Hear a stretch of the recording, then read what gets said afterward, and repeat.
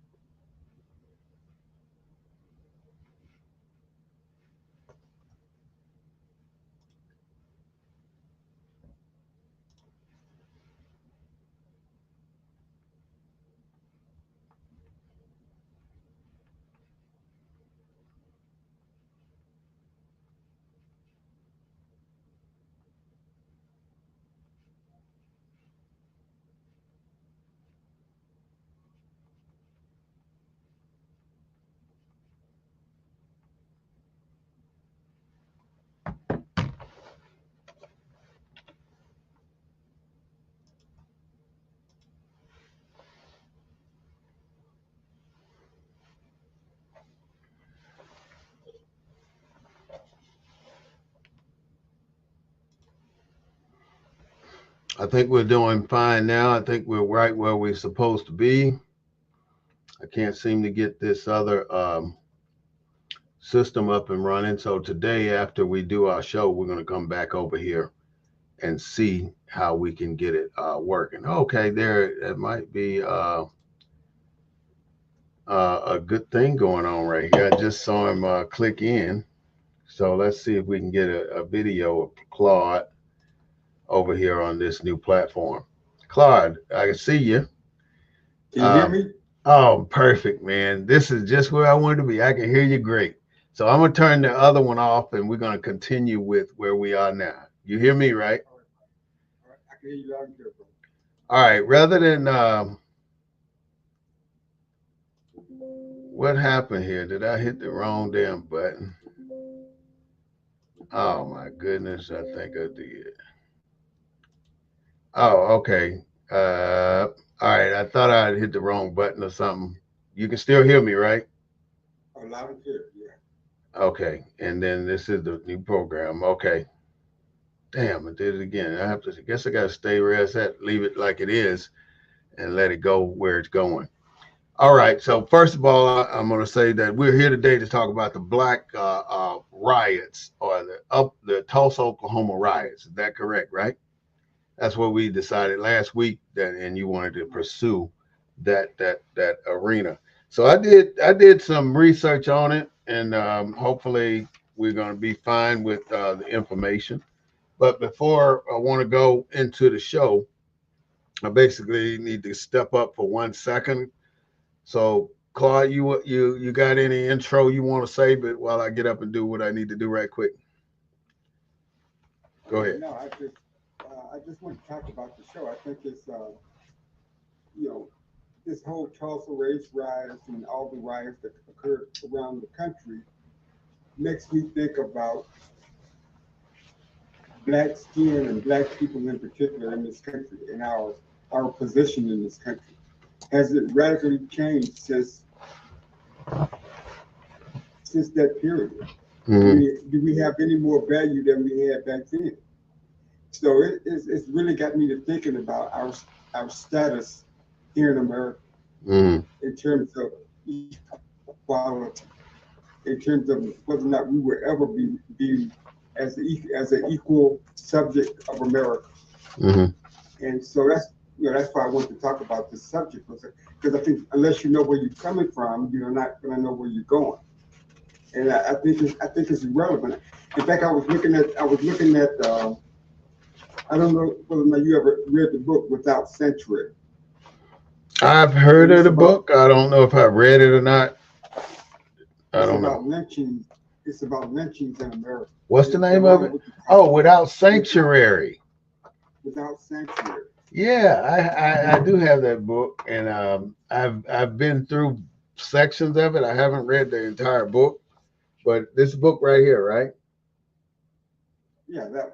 Yeah, I Yeah, do that one. have it. It's got some graphic details in it. That's what I'm talking about. Like mines. And and it got me to thinking about it, not just so much about what happened to us, but the people that perpetrated Mm-hmm. that upon us.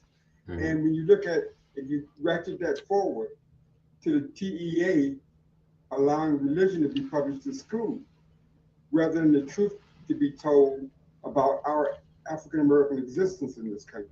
Because I mean, you don't learn what's in this book without sanctuary in public education. Mm-mm. They dare not teach that. Right. So what they want to do is introduce religion as if that would somehow cleanse America's soul in terms of how it educates. But you cannot, until you come to grips with Tulsa and all the lynchings that occurred throughout this country and why they occurred, Right. I don't think that we will ever have true equality in this country. And that's kind of why I wanted to talk about it. Mm-hmm. Uh, why I think it's a good subject. It's a, whether we're talking about the Camp Logan riot, well, allegedly Camp Logan riots, most of those black soldiers were hung right there in San Antonio. Yeah. Without even a trial. Right. And so, and then they renamed Camp Logan Memorial Park. It's not in honor of the black soldiers that were killed.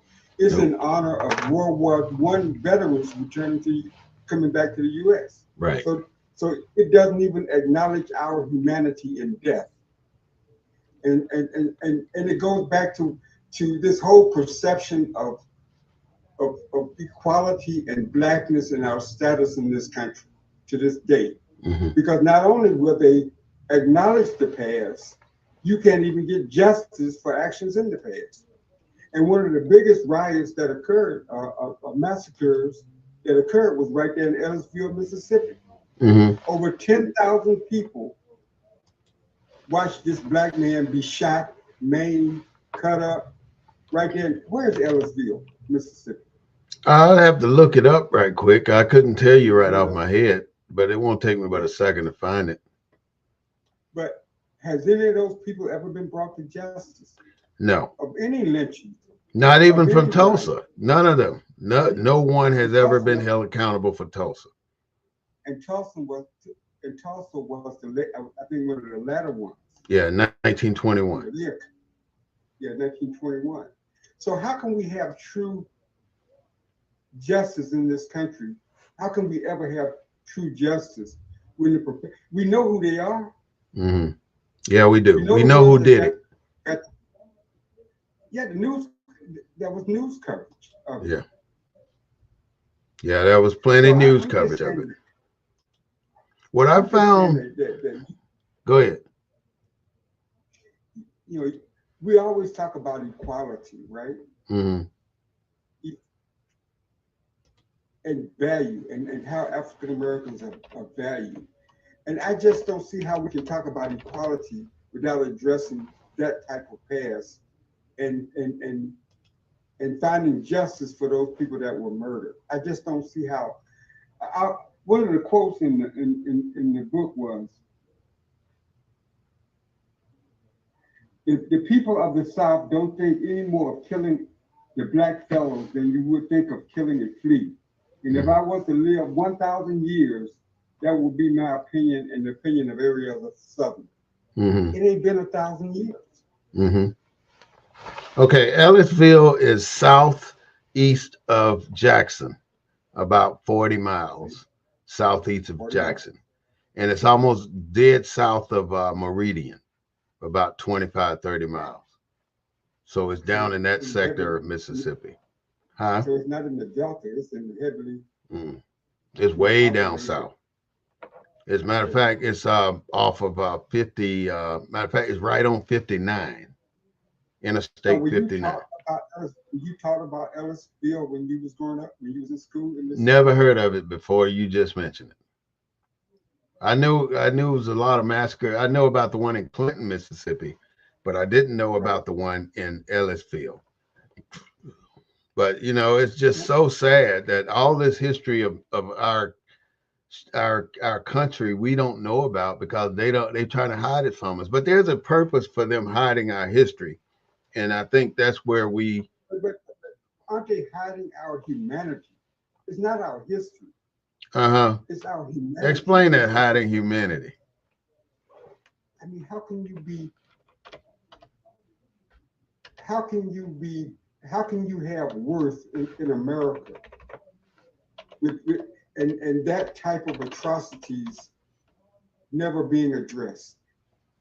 Nobody was brought before a world court. There has been no atonement for those actions. And we're supposed to just go along and pretend like it never happened? Right. That's what they expect, right? That's exactly what they expect, it to go along without there being no atonement for the deeds that they've done. And that's basically what's happening right now. There's no atonement for what they've done. We've experienced, we know about these things, and none of it's written because we are not writing it, but they are not going to write it. That's the problem. They write everything beautiful in their nature. So what they write is about how they want people to perceive how they operated in this country. But and it's a So lie. to the degree that it's not incorporated in our learning in terms of free and public education, Mm-hmm. to the degree that it's not part of the curriculum, Mm-hmm. doesn't that kind of impact to the degree of citizenship that we as Black Americans carry? Absolutely. We don't technically we don't carry a citizenship without the I go back to what I said a second ago, without the atonement. That if we don't ever face to the reality of what has happened here in America, we will never ever face the equality or better that we believe is entitled to us. And we're not going to face that because we're in denial ourselves of who we are and where we came from. And as long as we can't face our own reality, then how are we going to hold them to facing theirs? We can't say nothing until we face I our mean, own. we got statues of people that committed the crimes, Mm-hmm. but we don't have statues of the victims. No, We unless have they're no they're, they're public portrayed account. as a slave, like the one I can't think of where this statue is at, but it's an Abraham Lincoln statue with his hand on somebody a slave's head. It's in Washington D.C. Okay. It's kind of hidden. It's Mm-hmm. not on the main mall, and it's like the slave kneeling down at it was kind of controversial when it was built. It's a sad depiction of who we are, and it tells America that we're going to keep these people in that position. And then when they hide stuff like the Liberty, what is that? The Statue of Liberty, where it was a black person given to America by France, and then they turn it into a white person. All this is whitewashing of shit. It's a purpose behind all of this, Claude. And when you know the purpose, you'll become a threat to America. Because I think you and I know the threat, and the threat in my mind is us knowing that the land is ours. And the one thing they don't want us to prove or show America is that this land is ours. We were here before they were. And that's the worst secret that can get out right now, is that us knowing that this is our land. And they will never ever let this land go, even though they took every damn inch of it. They will never let it go. But And let me another, go ahead and open up the show right quick. We got into our okay, discussion, and we're gonna stay on this time. I'm gonna just say what I have to say. I would say, like, welcome to the Black News Network. This is the real voice of Black USA, broadcasting live on a Sunday afternoon at 3:30 p.m. We come back again on Wednesday at 6:30 with a prelude to what our following Sunday show is going to be.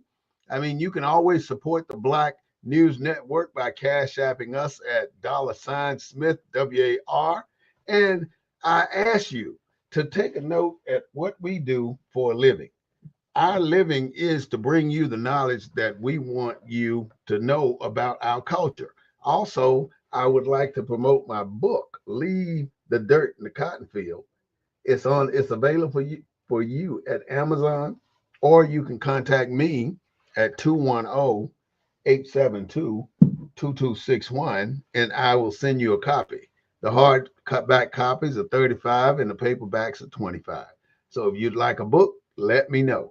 And that's something I want to start doing. And if you want to advertise something, Claude, you sure welcome to it. And we need to promote ourselves, and we need to ask our listeners to help support us do what we do. I mean, we're publicists, we're authors, we're lecturers, and we're community activists. That's what we do. So, without further ado, this is the Black News Network, and we ask you all to listen in and learn something good today. So, with that, moving right along, we're talking about the Tulsa, Oklahoma riots, and we're talking about the status of Black America, not Haitian Americans, not Jamaican Americans, not Africans from Africa coming to America. We're talking about descendants of slaves here in America who were here all along, but nobody wants to admit it. But it's the truth. And if we really wanted to know the research, we can find that out, especially if we try and reconnect to our ancestors. Why do you think they had to sever our connection to our ancestors to a degree where we would never want to go back and retie those damn veins? Why is it, what's so bad about us knowing where we came from? What's so detrimental to this country about us knowing where we came from? And that is the question, the number one question every Black person that's a descendant of a slave need to be asking. Why won't they allow me or assist me in knowing where I came from? They don't want us to know that. They definitely don't want us to know the executive will of Abraham Lincoln, which gives us even a more connection to our ancestry. But we won't know this because our people are the ones in denial. And we keep wanting to blame the white man for what we don't do.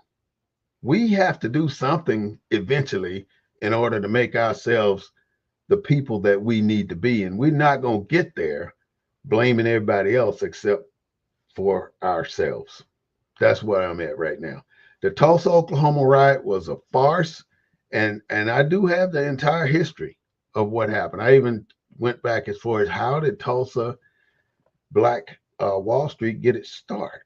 I mean, Booker T. Washington named it the Black Wall Street for color people or for Negroes. And he did this prior to 1921, several years before 1921. And you wonder why it was set up like that, why it was a country, why it was a city within a city. All Black people in Tulsa had to move to the north side. All the white people took over the rest of the city, but all the Black people were on the northern edge of Tulsa, Oklahoma, and they could not shop in Tulsa. They could not go downtown and go in any store and buy a single thing. They couldn't buy groceries. They couldn't buy nothing in Tulsa. So they developed their own stuff.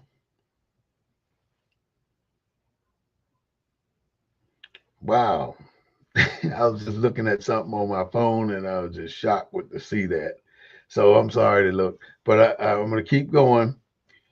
Um, this is just such a serious issue with how Black people were forced to cook they grow their own hogs, their own gardens, their own doctors, their own lawyers, their own retail shop, make their own clothes. They did everything. They even had their own dentist. They had every single thing they needed. They had over 11,000 Black residents in 1921 in Tulsa, Black in the Greenwood district. They had 108 businesses. They had 2 movie theaters and public theaters. They had 2 schools going. They had 15 doctor offices that include dentists and doctor offices. So it was a thriving community. Now, what else happened in 1921, Claude? You remember the Depression, right? The Great Depression. And basically, when you look at the Great Depression, you look at the banks folding, right?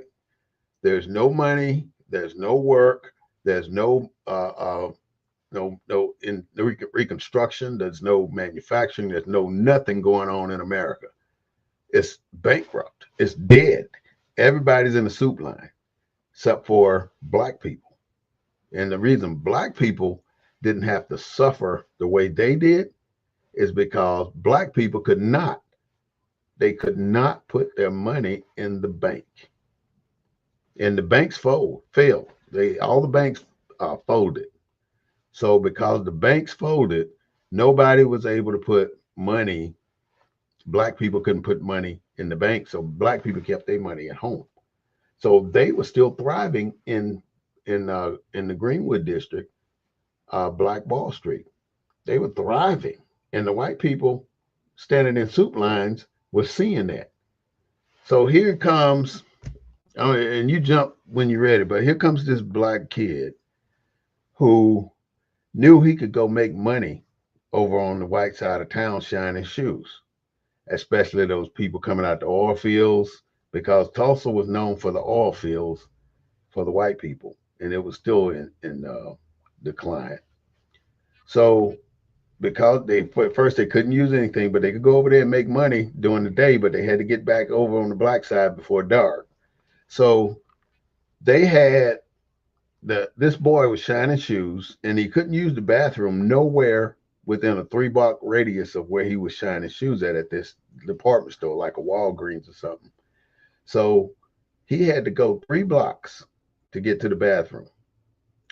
And the manager of the store only gave him like 10 minutes. So you got 10 minutes to be back here on point because he had people in his line. So he goes to the bathroom, running hard as he can to get there and use the bathroom and get back. But in order to use the bathroom, you got to take the elevator up to the third or fourth floor. And there's a white lady that runs the elevator. So when the elevator comes down, the doors open, and you remember the old elevators, they don't always line up on the floor, right? So the floor was uneven. When he tried to go in the elevator, he fell into the elevator because his foot clipped the edge of the elevator, and he fell into this white woman. And this white woman screamed rape. So he got in, used the bathroom, took the stairs down, got back over, and then he just grabbed his shit and went on back over to Black Wall Street, and they arrested him and put him in the white jail. By that time, the newspaper of Tulsa started the bullshit. They said white woman raped by black man. And when they said that, all the white folks started getting pissed. And so in less than 24 hours, there was 100 people standing out in front of the courthouse trying to get him released from jail so they can hang him.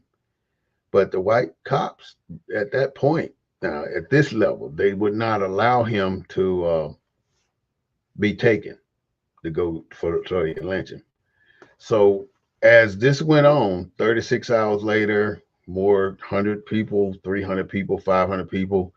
By in 24 hours, they had about 1,000 people there, white people, ready to pounce on the black folks. So black men that came home from World War II came over to the courthouse to defend the black man, and the white folks was telling them, "There's no need for y'all to be here. We got it. They're not gonna get him." So the black folks was on their way back to Tulsa, Black Wall Street, and one of the white men said, "Well, nigga, what you doing with that gun?" So he grabbed the black man's gun, and the gun went off, pow.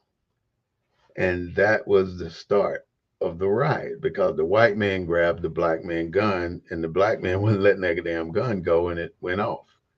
So the black men all got arrested. All the defenders of Black Wall Street got arrested, basically. So all those World War II veterans and all that shit, they got arrested. So when they got arrested, that left Black Wall Street vulnerable to their attack. So now this mob goes over and they start to burn and pillage. And the worst thing about it, they were looting. They were stealing black people's shit. And then once they go in and steal everything they could find in the house, then they burn the fucking house down. That's how bad it was. They would burn the house down and run everybody out. And so people left that area with nothing. They left with nothing. Everything they owned either got stole or burned down, and they left with the clothes on their back. So they burned 36 square blocks, 36 square blocks in Black Wall Street. They invaded, they looted, and they torched all these damn family homes. That's pretty sad. And that's the story in a nutshell. There's more to it, and I'll talk about that as we go on, but go ahead. I mean, yeah, I mean that pretty much uh, that narrative is pretty much the narrative as I understand it. But one of the takeaways, not just looking at Tulsa, but all the lynchings and the riots involve a white woman. All over the country.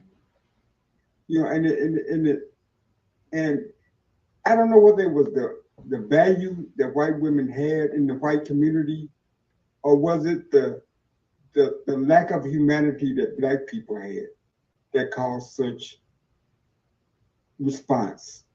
You know what I'm saying? I mean, because America had to define us when we got into this country. I mean, Mm-hmm. in terms of defining who we were. Because how else could most of the Southern whites, most of the Southerners basically said we weren't human. Subhuman. We had no humanity. Right. So was it the lack of that humanity that made association with white folks more egregious than what it would be if we had been viewed as having any kind of humanity at all? I mean, did that necessitate the anger? And if it's our lack of humanity in terms of our wholeness, that's why we can't get reparations to this day. Same thing. Because reparations would acknowledge our humanity. Yeah. And you had many, many Tulsa riots. And irrespective of whether it was a female pregnant, right there in Georgia, they killed this woman went to the courthouse to try to figure out what had happened to her husband. And because she was outspoken, they claimed she was arrogant. They killed her, cut her baby out, and killed the baby. Yeah. Just cut the baby out of the woman. The baby hit the ground and stomped the baby to death.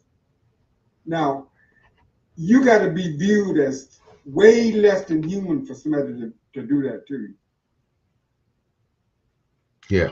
And this one Southerner said that we would never be human 1,000 years from when he said it in the 1900s. It ain't 1,000 years later. Yeah.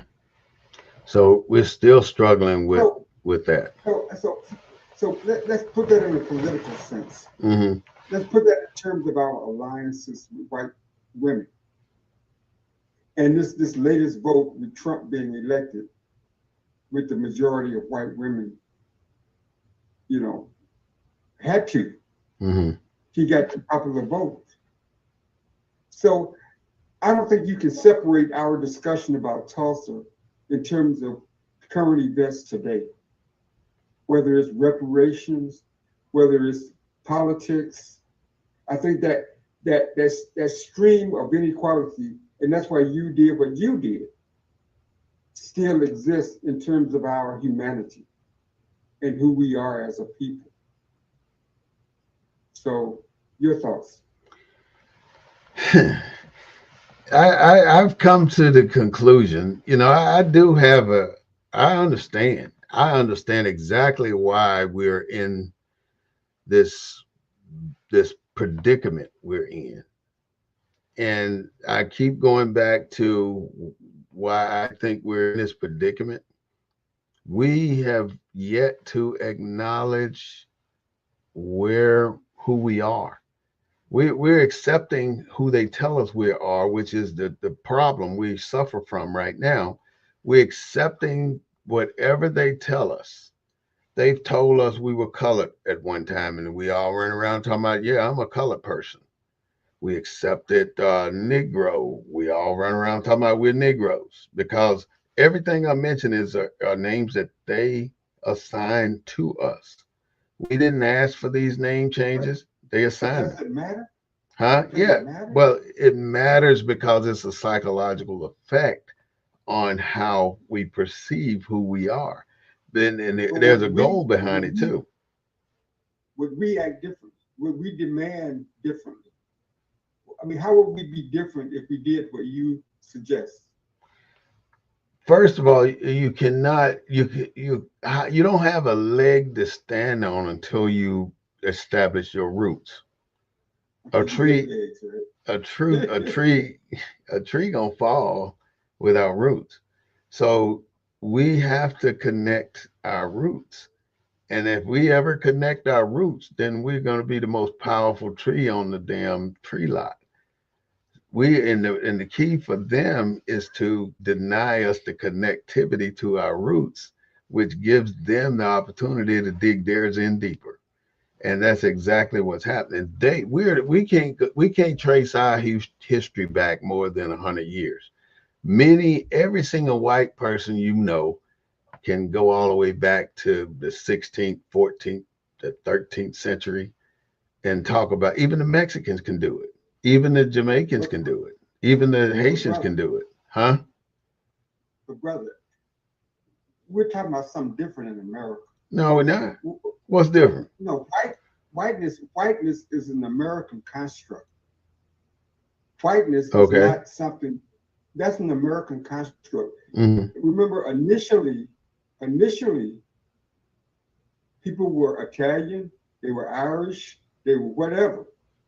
They didn't become the whiteness is an American construct Of course. that that excludes black people or any other person of color Hmm. to never be white. I don't care how much we want, try to be. I don't care how much money we obtain. I don't care whether it's living in Tulsa or living in Ellisville. I mean, I can break this down real quick. okay, great. Okay, go ahead. I'm just saying What does the Bible that. say? What's the first thing in the Bible you see? From darkness, right, Okay, to light. From darkness to light. but what does taking the actions that you took? How does that alter America It's, and its construct? it can only do it if the multitude of us do it. I mean, we're doing it one at a time, which doesn't make a difference in anything. The only time it's going to make a difference when you get massive people making a movement. Like, let's say George Floyd got killed, right? If 10 people at protest, shit would have been status quo, no word about anything, just like all these other black people that got killed. Not a whole big deal about it. But when George Floyd was killed, there was a massive movement. Everybody jumped on the bandwagon. If everybody would jump on the bandwagon to figure out who they are and understand their ancestries and accept the fact that we are descendants of the Canaanites, the Moabites, we are a descendant of Abraham, Canaan, we're everything that they don't want us to know who we are. We're the Israelites. We're all of that. We're the Hebrews. We're the Jews. We possess this foundation that we it's been hidden from us, and we won't accept the fact that this is who we are. We think we're Negroes, we're African Americans, colored, black. We think we all of these stuff that the white man named us, but we won't accept the fact of who we really are. We rather have what they say we are. But what I'm saying is, we're not. America calls us African, or we call ourselves African American, but we're from different countries in Africa. We're not all from the same country in Africa. We're a whole new species. We ain't got shit to do with No, Africa, the continent of Africa. what I'm saying is the slaves that were brought here were not from one part of one country in Africa. They were from Yeah, multiple but countries. all the slaves were not brought. They were already here. That's what we fail to realize. We were already here. But there's no recognition of that individual humanity. What you mean? I don't understand that statement. If I'm from Kenya, I'm not recognized as being from Kenya as a slave, or if I'm from That's why I say uh, we're a whole new species. We're a whole new species. This book here is called The Indian Giver. This book tells you the journey of the people coming from Africa, and it's only a few boatloads, but there were tens of millions of people already here on the continent, from Canada all the way down to Venezuela. but you're going beyond the construct of American apartheid slavery uh, existence. You're going beyond You got the to. political structure Why of would you America. stay in constraints of what they want you to stay in constraints of? They don't No. want you to go outside of that because they got you. As long as they can Okay, keep you in this boundary, they got you. so if you go outside of that constraint, You so see the so truth. what you're acknowledging is you will never obtain the status of whiteness. There's no status And of whiteness. Whiteness there is is. this is a It's a perceived, it's con- a perceived status. It's no status. That's a perceived status. It's not real. It's something that they have bestowed upon you and that we have perpetuated for no reason at all. We have no reason to believe that there's a status for white. We make that we make it right. We when they make it talk right about because they beat the shit out of us to make when us they accept it. when they talk about voting, let's stick to the political construct. Okay. They don't say uh, the Irish voted for Trump or the English voted for Trump. They said Trump got the white vote. Who So defined that whiteness. though? Who defined it? I'm saying.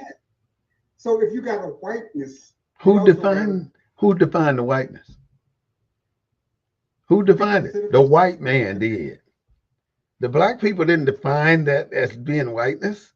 The white man defined his own. Who writes the history sells the history. We don't write the history, so we ain't selling it. If we were writing it, we could sell it. Well, you're saying that if we write it based and go your direction, we're still not writing it. But we don't. If it was going in our direction, things would be totally different. But nothing's going in our direction because we are not showing a formidable front. We're no enemy. We're no challenge for the American systems. If you want to run your household a certain way, the neighbors can't come and tell you how to run your household. And that's the same principle that applies here. America, the white Americans want to run their neighborhood or their household the way they want to run it. And if it was equal across the board, there would not be 46 white senators in the Senate seats right now. There would be about 20, 25. But why did this is what I'm saying. The white America treated the indentured servant differently than they treated the black slave, right? In the Because they didn't Bible. want because they didn't want the indentured servants, Mhm. building coalitions with the black slave, Right. right? So Yeah. they didn't. He wasn't fully the indentured servant was was was partial whiteness, not fully whiteness, but Mhm. partial. There were So, black people who were indentured servants too. I don't know if it's white black people that were indentured White servants. people, black people, everybody could be an indentured servant depending on where you were found or where you came into that. You can ask to be an indentured servant because you wanted to buy your freedom with no debts. You when you walk off for indentured servitude in 7 years, you are clear of all debts. But if you had gotten married while you was an indentured servant and y'all had a baby between that wedlock, then that wedlock and that woman cannot walk off the plantation with you when your 7 years are up because they belong to the plantation owner, even though it's your wife. So it's a big deal when you talk indentured servant. That's just a nice name to say you a legalized slave.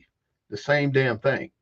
It ain't no only difference is you get better food, better damn living quarters, but you're still a damn slave. And you cannot take your family if you desire to leave. So it was always a catch 22, no matter what the hell they classified you as. What it boils down to me, though, my brother Claude, is that we're in, it's almost like they say, when you're in Rome, you act like the Romans. So all of our thing is we try to act like the Romans. And we're trying our damnedest to assimilate into white culture when this ain't our culture. Our culture is surrounded, is closer to what's happening in New Orleans than anywhere else in the country. That's our culture. And it's still the way it's supposed to be. Like the black Indians there, these are the same Indians that they march on the Trail of Tears. See, the Trail of Tears, everybody think the Trail of Tears led from Oklahoma to Florida. The Trail of Tears led from Florida to Oklahoma. They marched people to the slaves, the Indians, and the slaves from Florida to Oklahoma. And Oklahoma has always been the largest accumulation of blacks and Indians in the country. And that was supposed to be the first black state, but somehow it didn't happen. I don't know what stopped it, but it did not happen.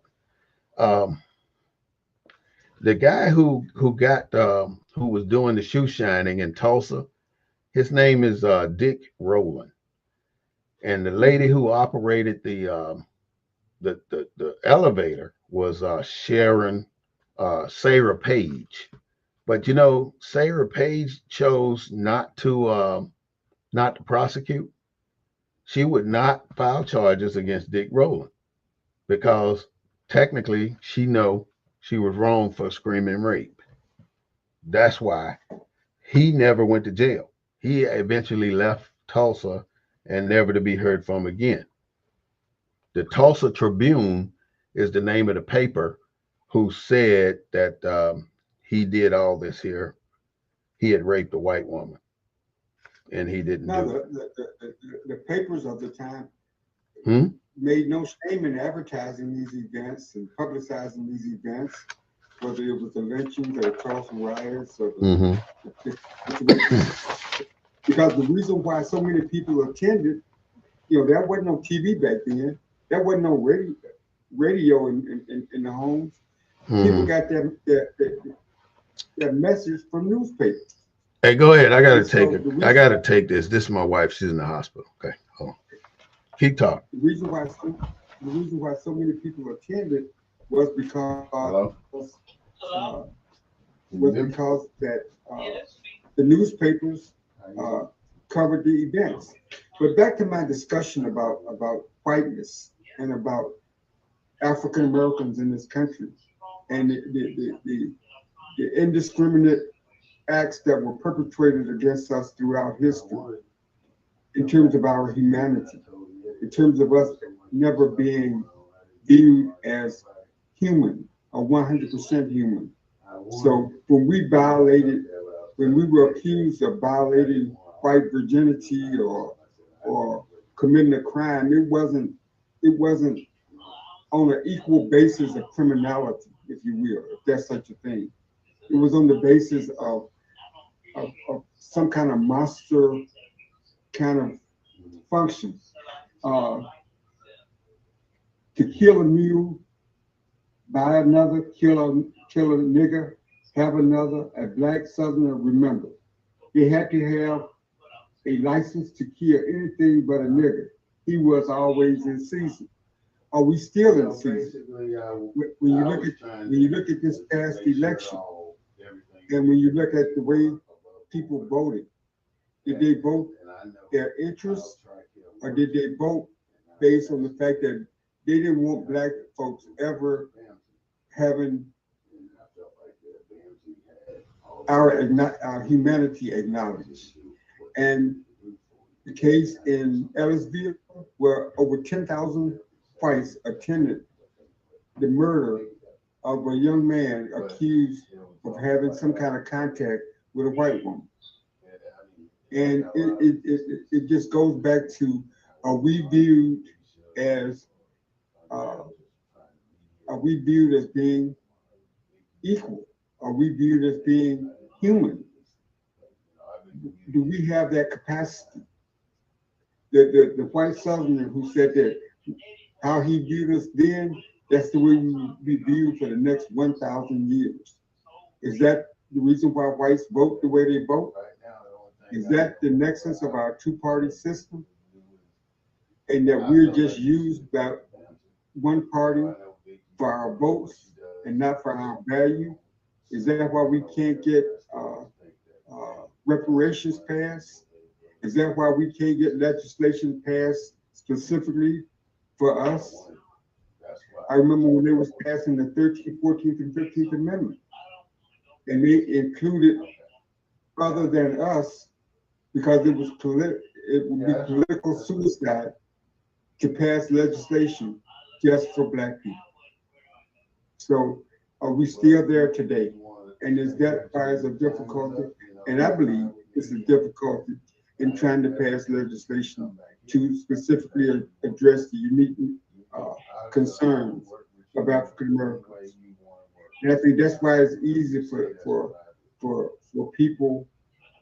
I mean, I think it's easy to have a two-party system, but I think it's easy to turn whites against their own best interests because we're used the same way we're used back in the 19th and early 19th century.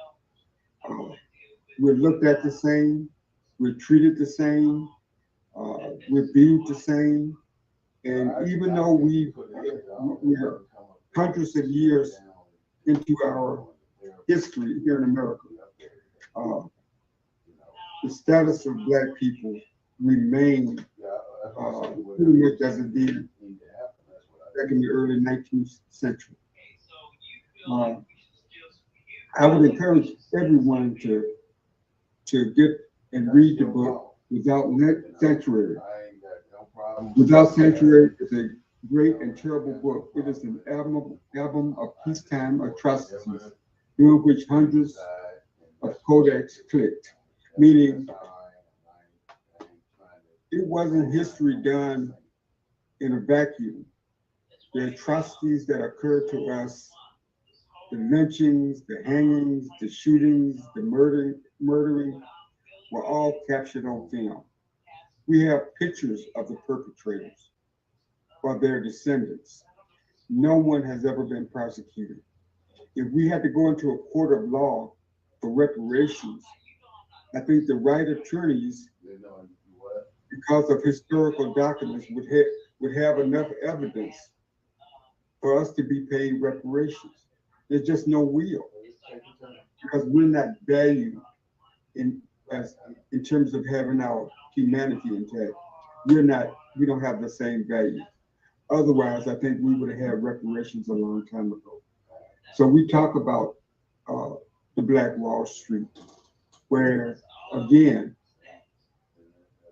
America's whiteness was put on stage because America's whiteness was perceived to be violated by a young man that accidentally bumped into a white woman and going to use a bathroom that he could use nowhere else in the city of Tulsa.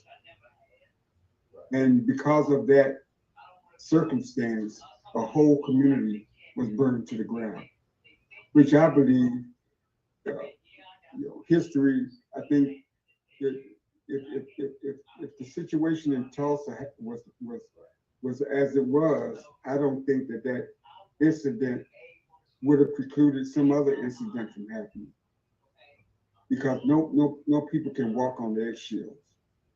And if you're in a city, a similar situation would occur, and that wasn't the reason that white folks burnt down Tulsa.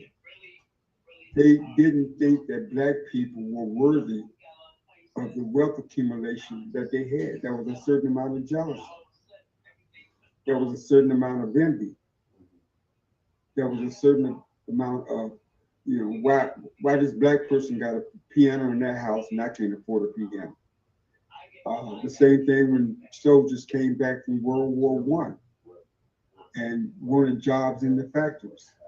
And blacks had moved from the South to go to the North to work in factories because there was a manpower shortage. When whites came back, the Red Summer was a direct result of economics. Whites wanted their jobs back that the blacks uh, had filled in for when they left to go off to war. Black people who had had opportunities as a result of the war wanted those same jobs when they got back. They wanted more opportunities. And so you basically had most of the lynchings, most of the riots, most of the murders that occurred during this that period. When it's viewed that black people do not deserve the same resources that white people think that they are owed, or that by virtue of their whiteness, that that that they deserve it over similarly situated black people. And I think this election you're right, was all about the jobs, but it was also about people of color, black people in particular, but other groups. This whole diversity, inclusion initiatives, white folks see that as a threat, just like they saw it as a threat at the end of World War I. And I think we saw what happened on January 6th, that white people were willing to tear down this democracy to elect someone who had promised that they're going to make America great again, meaning that they're going to make America white again. So, what scares me sometimes is that history was to repeat itself because we don't tend to learn from history. We tend to we got a two-party system. So you got one major party over here and one major party over here. We just happen to be in one major party, not exclusively, but primarily. And when that party loses, we're on the out. I think we got to come up with a better strategy because history does repeat itself. And if we don't learn from that history, uh, I think we have coalitions that will never work. I think we form coalitions with groups or people that buying up themselves. They don't really need us. They need our vote, but they don't really need us as a legitimate partner in terms of sharing resources once those resources are obtained. And it's just funny to see politicians stumble when asked why did Democrat or why did the party lose this election? And you only just have to look at history. And once America defined blackness as an inferior being and then backed it up with pseudoscience and then backed it up with religion, trying to unravel that structure, we're still trying to do that today. Because the stereotypes, everything that that white America could throw at the black man, whether it was in the arts, in science, in education, they threw it at us in terms of negative stereotypes. And trying to unravel that, I just don't think that we figured out how to do it. But we have to figure it out. We have to say whiteness, that America does not mean whiteness. I'm okay with that. That America, that the African American slave that helped build this country I didn't feel that we're is entitled to this, is entitled to everything that this country has to offer when it comes to opportunity, when it comes to education, when it comes to equality, has every right to self-determination. regardless of skin color. But that is not the America that we currently live in. That's the America that we're striving for, but we're not there yet. And so talking about Tulsa, talking about the lynchings of the past, makes us confront the realities of today. Because you can't move on from that kind of past. You can't say it's in the past because it's not in the past. It's also in the present. And we have never dealt with the present or the past. And it's a shame that our public education system, can you imagine them having as a textbook in the classroom? Explain this. Explain, don't worry about wokeness. Explain whiteness. Because this is what whiteness did. This is what whiteness did. And whiteness has never been put on trial. Black people are constantly put on trial, but whiteness has never been put on trial. And I think if whiteness was put on trial, whiteness would be found guilty of crimes against humanity, specifically crimes against black folks, but there are others as well. And there has to be a consequence of a conviction. Is reparations part of what they should pay? Reparations to black folks and black families? I think it should be a consideration. I don't think we need another study. I think we need to pass legislation because whites have never been found guilty of using their whiteness to keep half of their citizenship as near slavery for hundreds of years as white America has done in this country. So this is the Black News Network, and we're talking about the Tulsa race riots, but we've gotten into a broader discussion about whiteness, about reparations, about other structures that we need to develop to restore black men, because we're dealing with the symptoms, but we never we never address a cure. And I think part of that process is reparations and an acknowledgement of black self-worth, an acknowledgement of black value.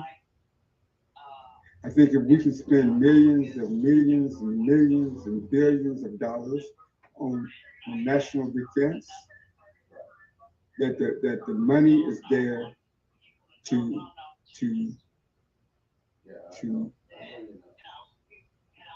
to pay black people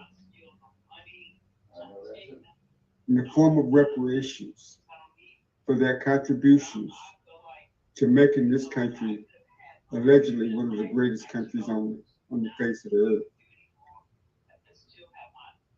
What our black soldiers had to endure when they came back from World War One, fighting for freedoms that they never had here in this country, being hung, mutilated, shot, murdered, maimed, simply for wearing their black skin in the uniform of the United States of America. Reparations to those soldiers alone would have been a beginning. World War One, World War II, fighting for democracy abroad, and you're coming back home and having your eyes gouged out because you dare want to ride on the public transportation, or you dare move into a neighborhood that white America thought you didn't belong in, that you dare go down and apply for GI benefits, that you dare, if someone asks you, what's your name, Mr. Foster, or Mr. Smith, or Mr. Jones. So I think we need some deep discussions. We need some deep accountability. I don't think that we necessarily need a, a new coalition. I think this is something that Black people have to do for themselves, that we have to do it in unity with one another. We can't rely on coalitions. I know it's going to be hard because we've relied on others throughout our history, whether it was abolitionists, whether it was the early,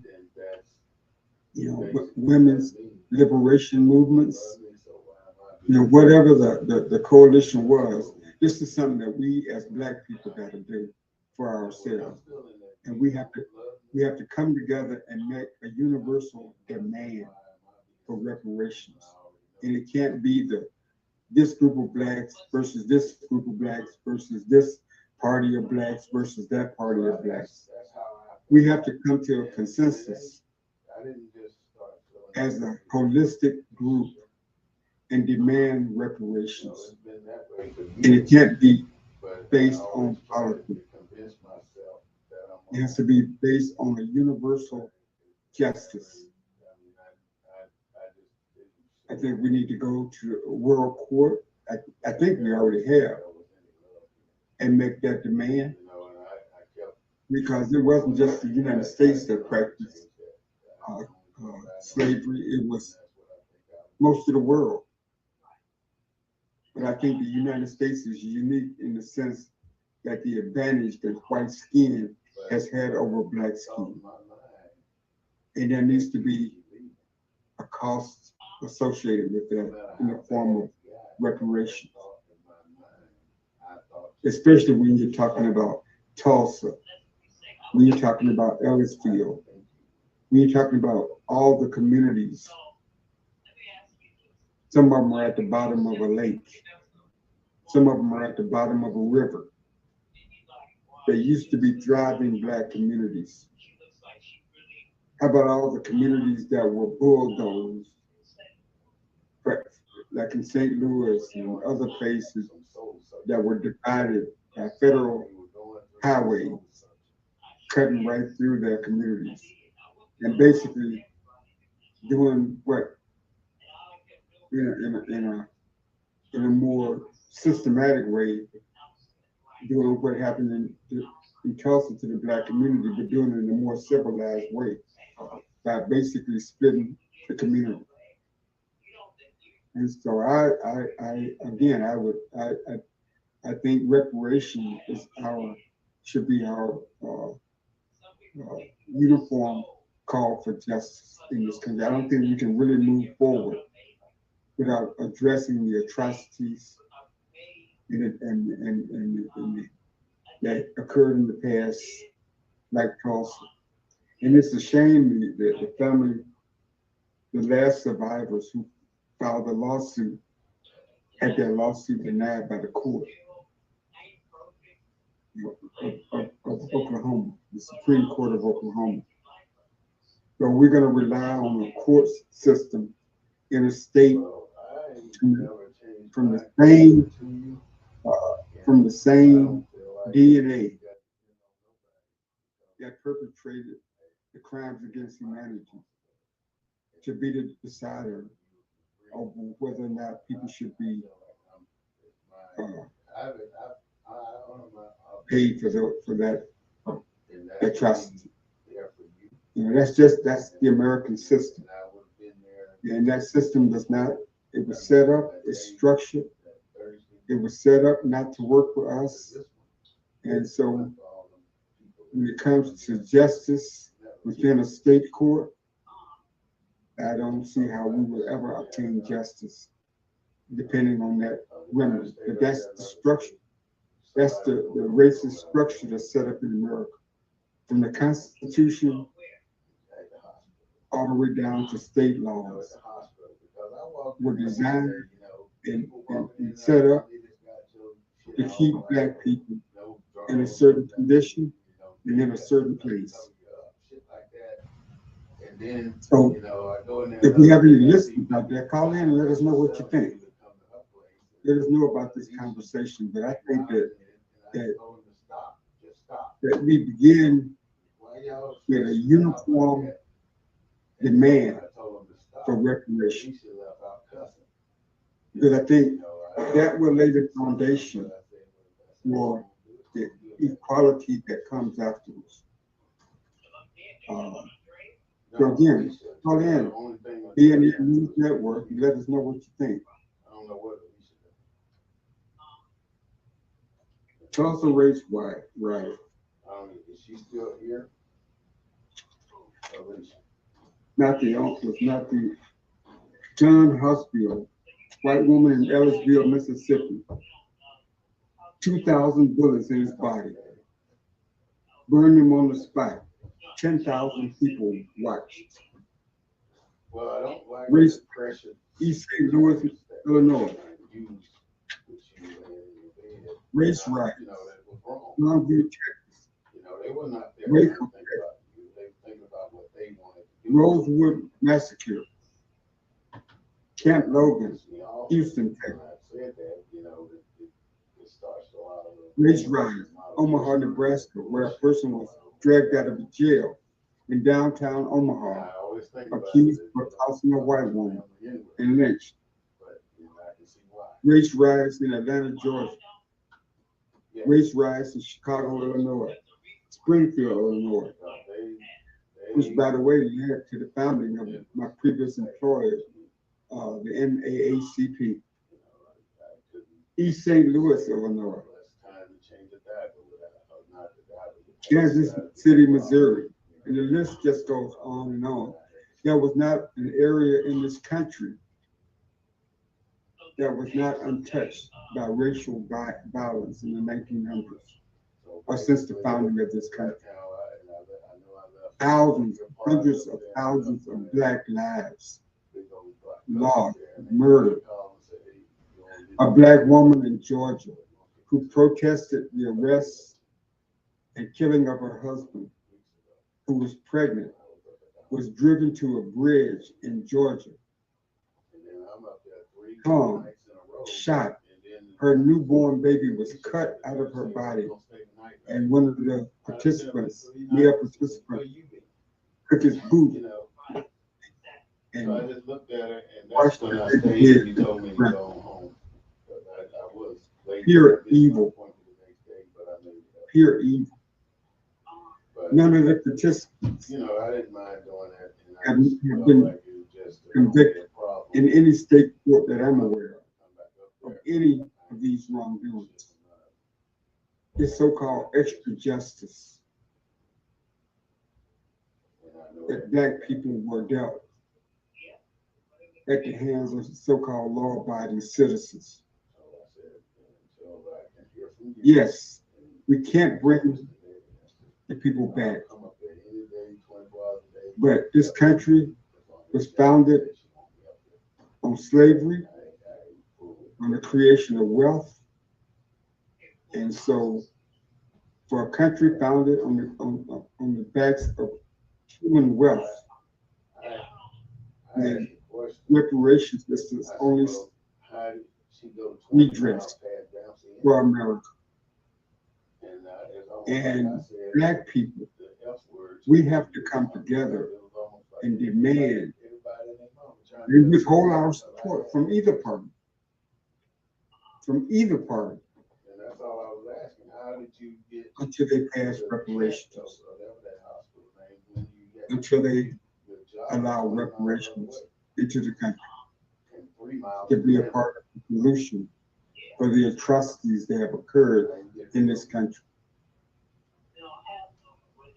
Again, this is the Black News Network. You can support the show by Cash App. If you have any questions, you can call in to the show. We are broadcast on Sundays at 3:30 and Wednesday afternoon. Again, I'm Claude Foster. I'm your co-host. along with the host, Warren Smith-Bey. You can you can show your support by cash out the show at $Smith War. And your contributions will help us to continue to broadcast this show and educate and motivate and our listeners. Because one of the problems that we have in this country when it comes to addressing a lot of the concerns, we have no national source of information that is not part of the system that basically devalues us. Because everything is driven by the almighty dollar. So there is no reliable source of information that can educate Black people regardless of party affiliation, regardless of special interest. So again, this is the Black News Network. Your comments are welcome.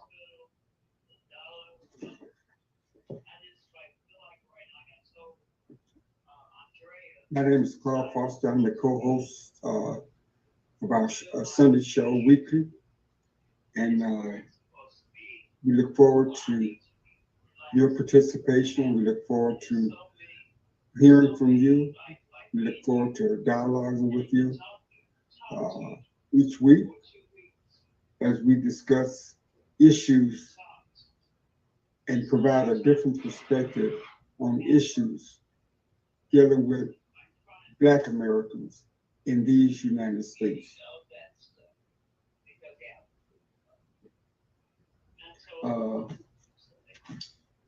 Again, the topic of the show today was about the Tulsa riots and how they began and the circumstances. But you know, most of these riots involve a Black man and a white woman. Never a white woman and a Black man, never a Black woman or a Black boy, a white boy. It's always a Black man, whatever the age, whether it was a young child like Emmett Till or a full-grown man, as in the case of Tulsa, allegedly disrespecting a white woman, a white child, a white girl, not even a woman, and how that set off frenzy and anger in white American men.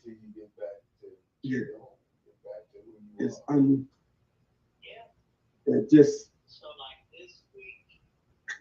generates a type of anger and violence that is experienced nowhere else. So again, learn about the Tulsa race riots. Learn about the other riots. Visit the museums that highlight this history. And let's get on the same page when it comes to reparations. It is not a Democrat or Republican or independent argument. There has been legislation put forward to study reparations. I don't think we need to study it. What we need to do is come up with an amount. America promised.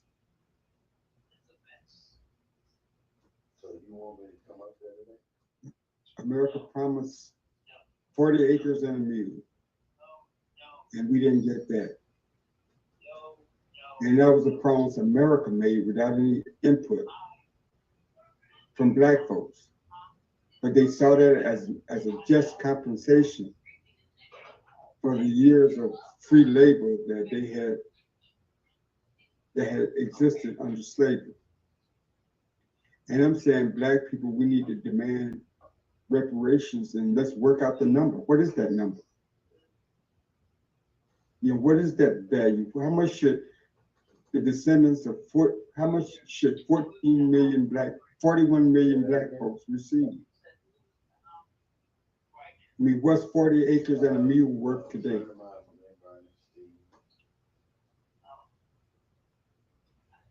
And how many African American families are there? Not individuals, but families. How much should each family see? I think that's what we can disagree on, and we can work to come to an agreement.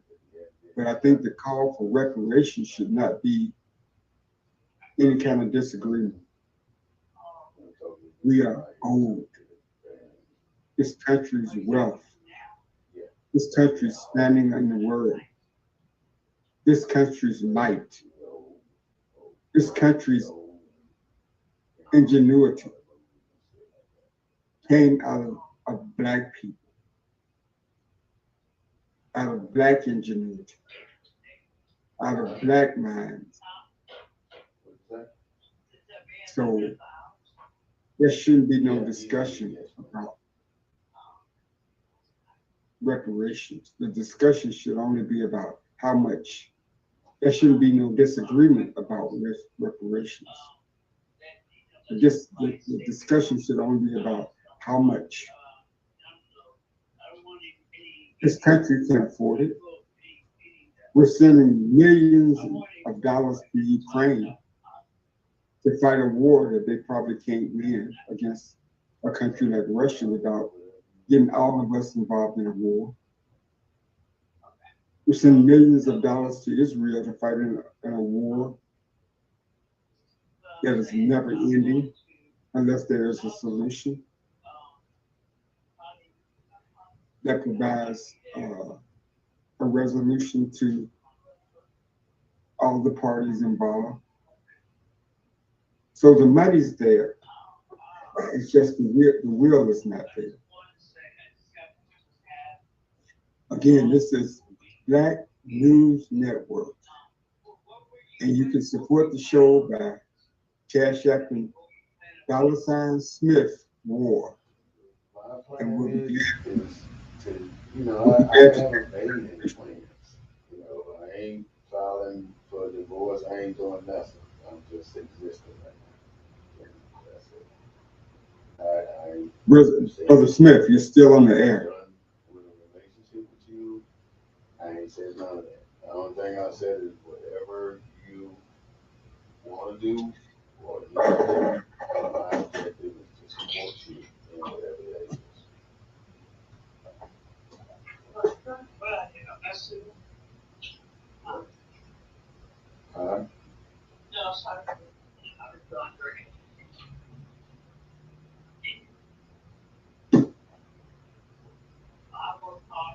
This is Black News Network. I'm your co-host, Paul Foster, be up there Tuesday anyway, coming to you Sundays at 3:30. That's the 26th.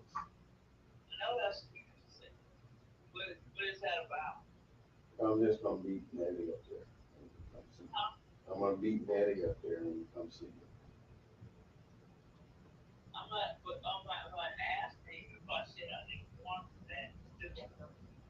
Well, I'll just not do it. I'm waiting for my co-host to come back.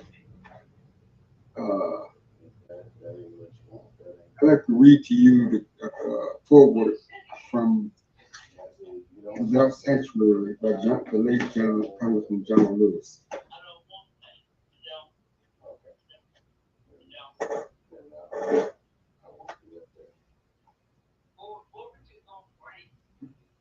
Without Sanctuary brings to life one of the darkest and sickest periods in American history. That's what John Lewis said. And that, believe it or not, that history has not been adjudicated, has not been resolved.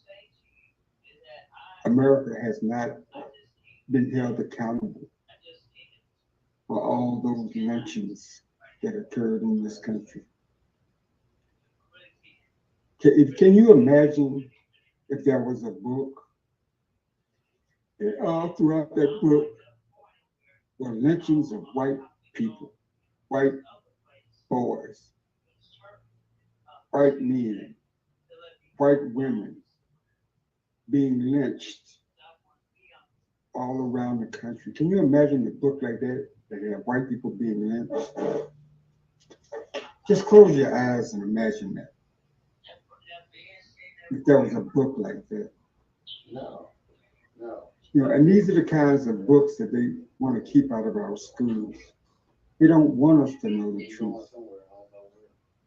Because I think if black people knew the truth, if we were all educated about the truth, I don't think that there will be any disagreement on how we need to move forward.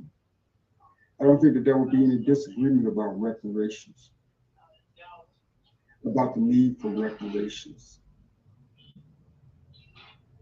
I, if a ship goes somewhere and brings cargo somewhere, the people expect to be paid. People are owed their just debts. America owes a debt to black people. We built this country.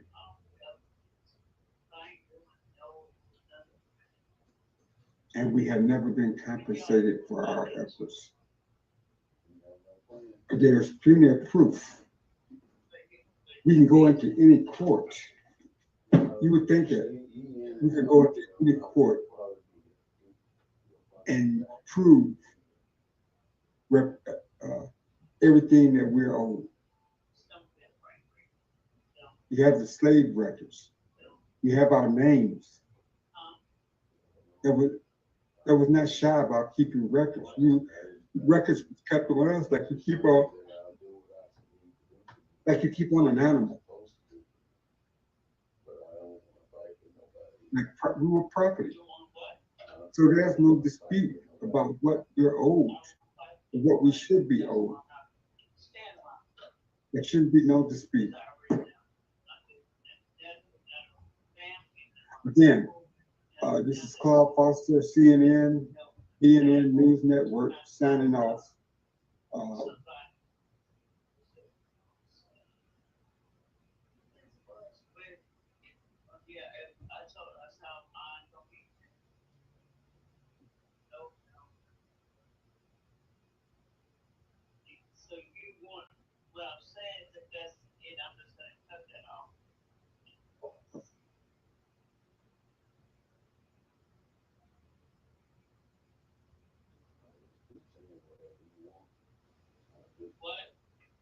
Whatever you want, that's what I do.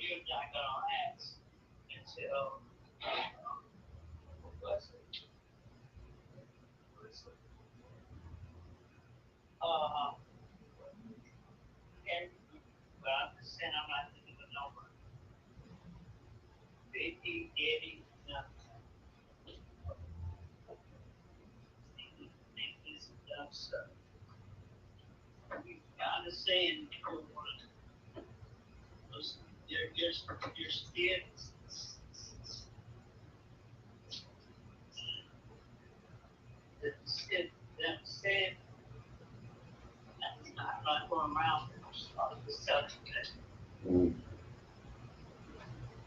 Well, you feel okay calling me, right? Okay. Okay.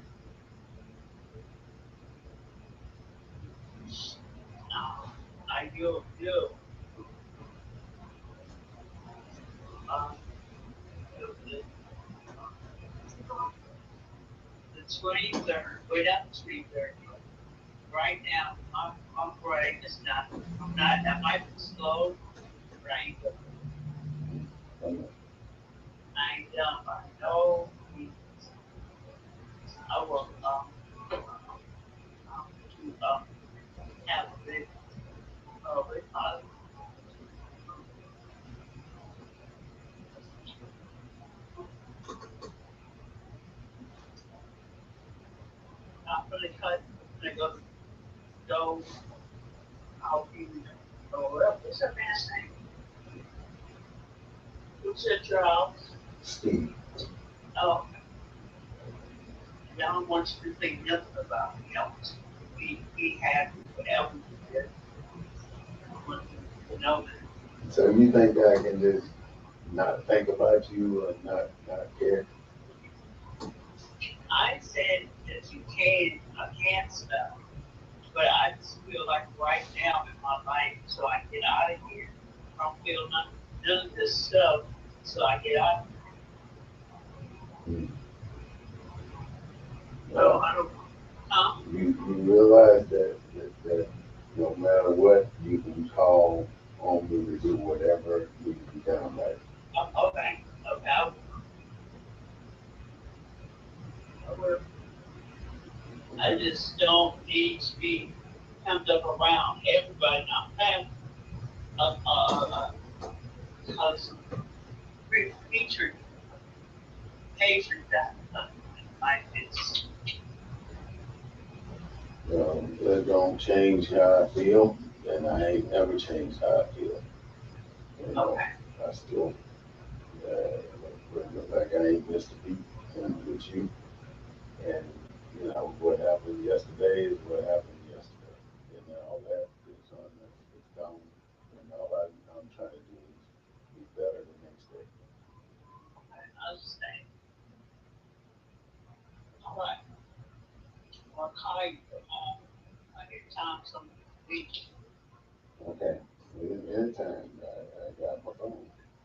All right, all right. Um, Okay, bye.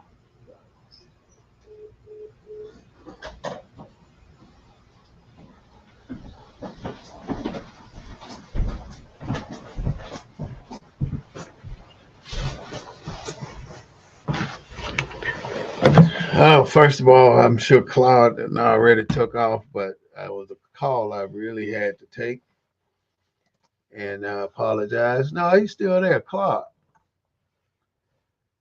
Claude, you still there, Claude? I had to come back, man. I'm sorry about that, cutting loose like that, but that was my wife. You got your sound on? Let's see, because it's still on air, but I can't hear you right now. I just accepted your input. Let's see what I got Hello, here. can you hear me now? Yeah, I can hear you now. Yeah. Yeah, sorry about No, I that, see man. it. Did I miss some good stuff? No, your mic was on, and I didn't want people to hear what you were saying. Oh, you can still hear me over there? Uh-huh. I was way on the other side of the room too. Yeah, I can still hear you over there, and I didn't want people to. Yeah, so I'm trying to deal with that issue. So Yeah, we're getting better. Thank you though. I appreciate that. But you're getting better, yeah, she's and getting that's better too. You know, I'm trying to get her to realize that them people ain't doing her too much justice. Anyway, moving right along. What was the last thing you were talking about? no. I just continued the conversation. Hmm. Basically, talked about reparations and talked Hmm. about continued to talk about the injustices and just kind of put some stuff out there Hmm. uh, related to that. Hmm. Because I really think the two solutions Hmm. are reparations and the things you talk about. I think those are the two answers. So that Reparation, reparations. reparation, and getting a better understanding of who we are as a people. I agree because the reparations you cannot not understand that you can't work people for 100 years and never pay for the money that they made. And it's billions and trillions of dollars that have Well, were like I said, made. it's not just the money that it wasn't made; it's the money that was stolen. What was the gross national product of Tulsa, Oklahoma? I mean, of Greenwood. Hmm. I didn't What check was the that. value? What was the value of Greenwood? Hmm.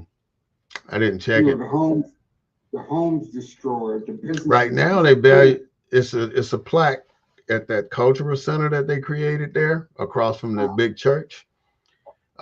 It's called the Greenwood Cultural Center. And right Mm-hmm. out in front of the Greenwood Cultural Center in Tulsa on Jackson Square is a plaque that shows the amount of money owed to Black Wall Street, which is in the billions of dollars. The worst part about this whole thing is, soon as the ordinance was done, soon as they got through with tearing that place apart, the city created ordinances to give the white folks the land, and the federal government came back in and blocked it. You know, Mount Zion Baptist Church, they tried to burn that down too, and they did. But the only thing was left on Mount Zion Church is the front facade.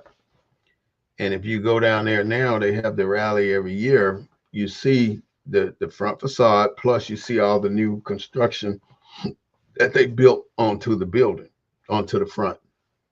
So you still have the exact same front that was there during the riot, but the rest of it is all new. And it's you see bullet holes still in front of that church, still in the concrete. It's just a sad, and across from the church is the cultural center. And then the plaque is right in between where you see the billions of dollars.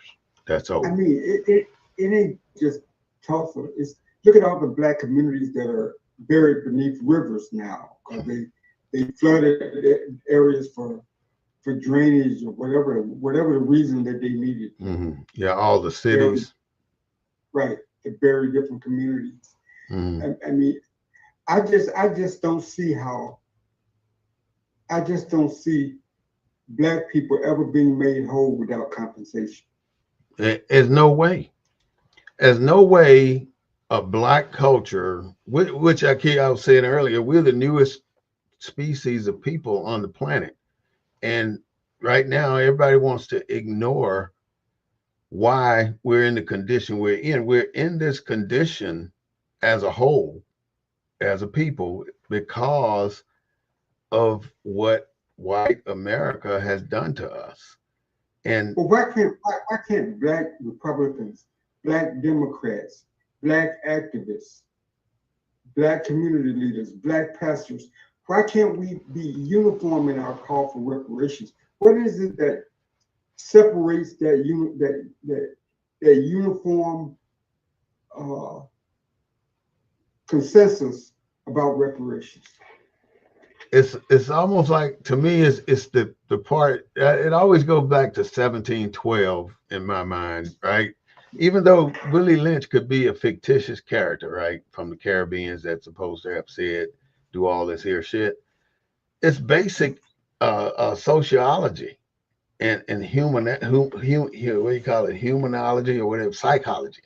It's basic psychology and sociology, how to make people better operate amongst each other, or how to make people turn against each other. These people have studied everything about how to make people fight, or how the art of war, and all these different scenarios of how people will kill each other under certain conditions.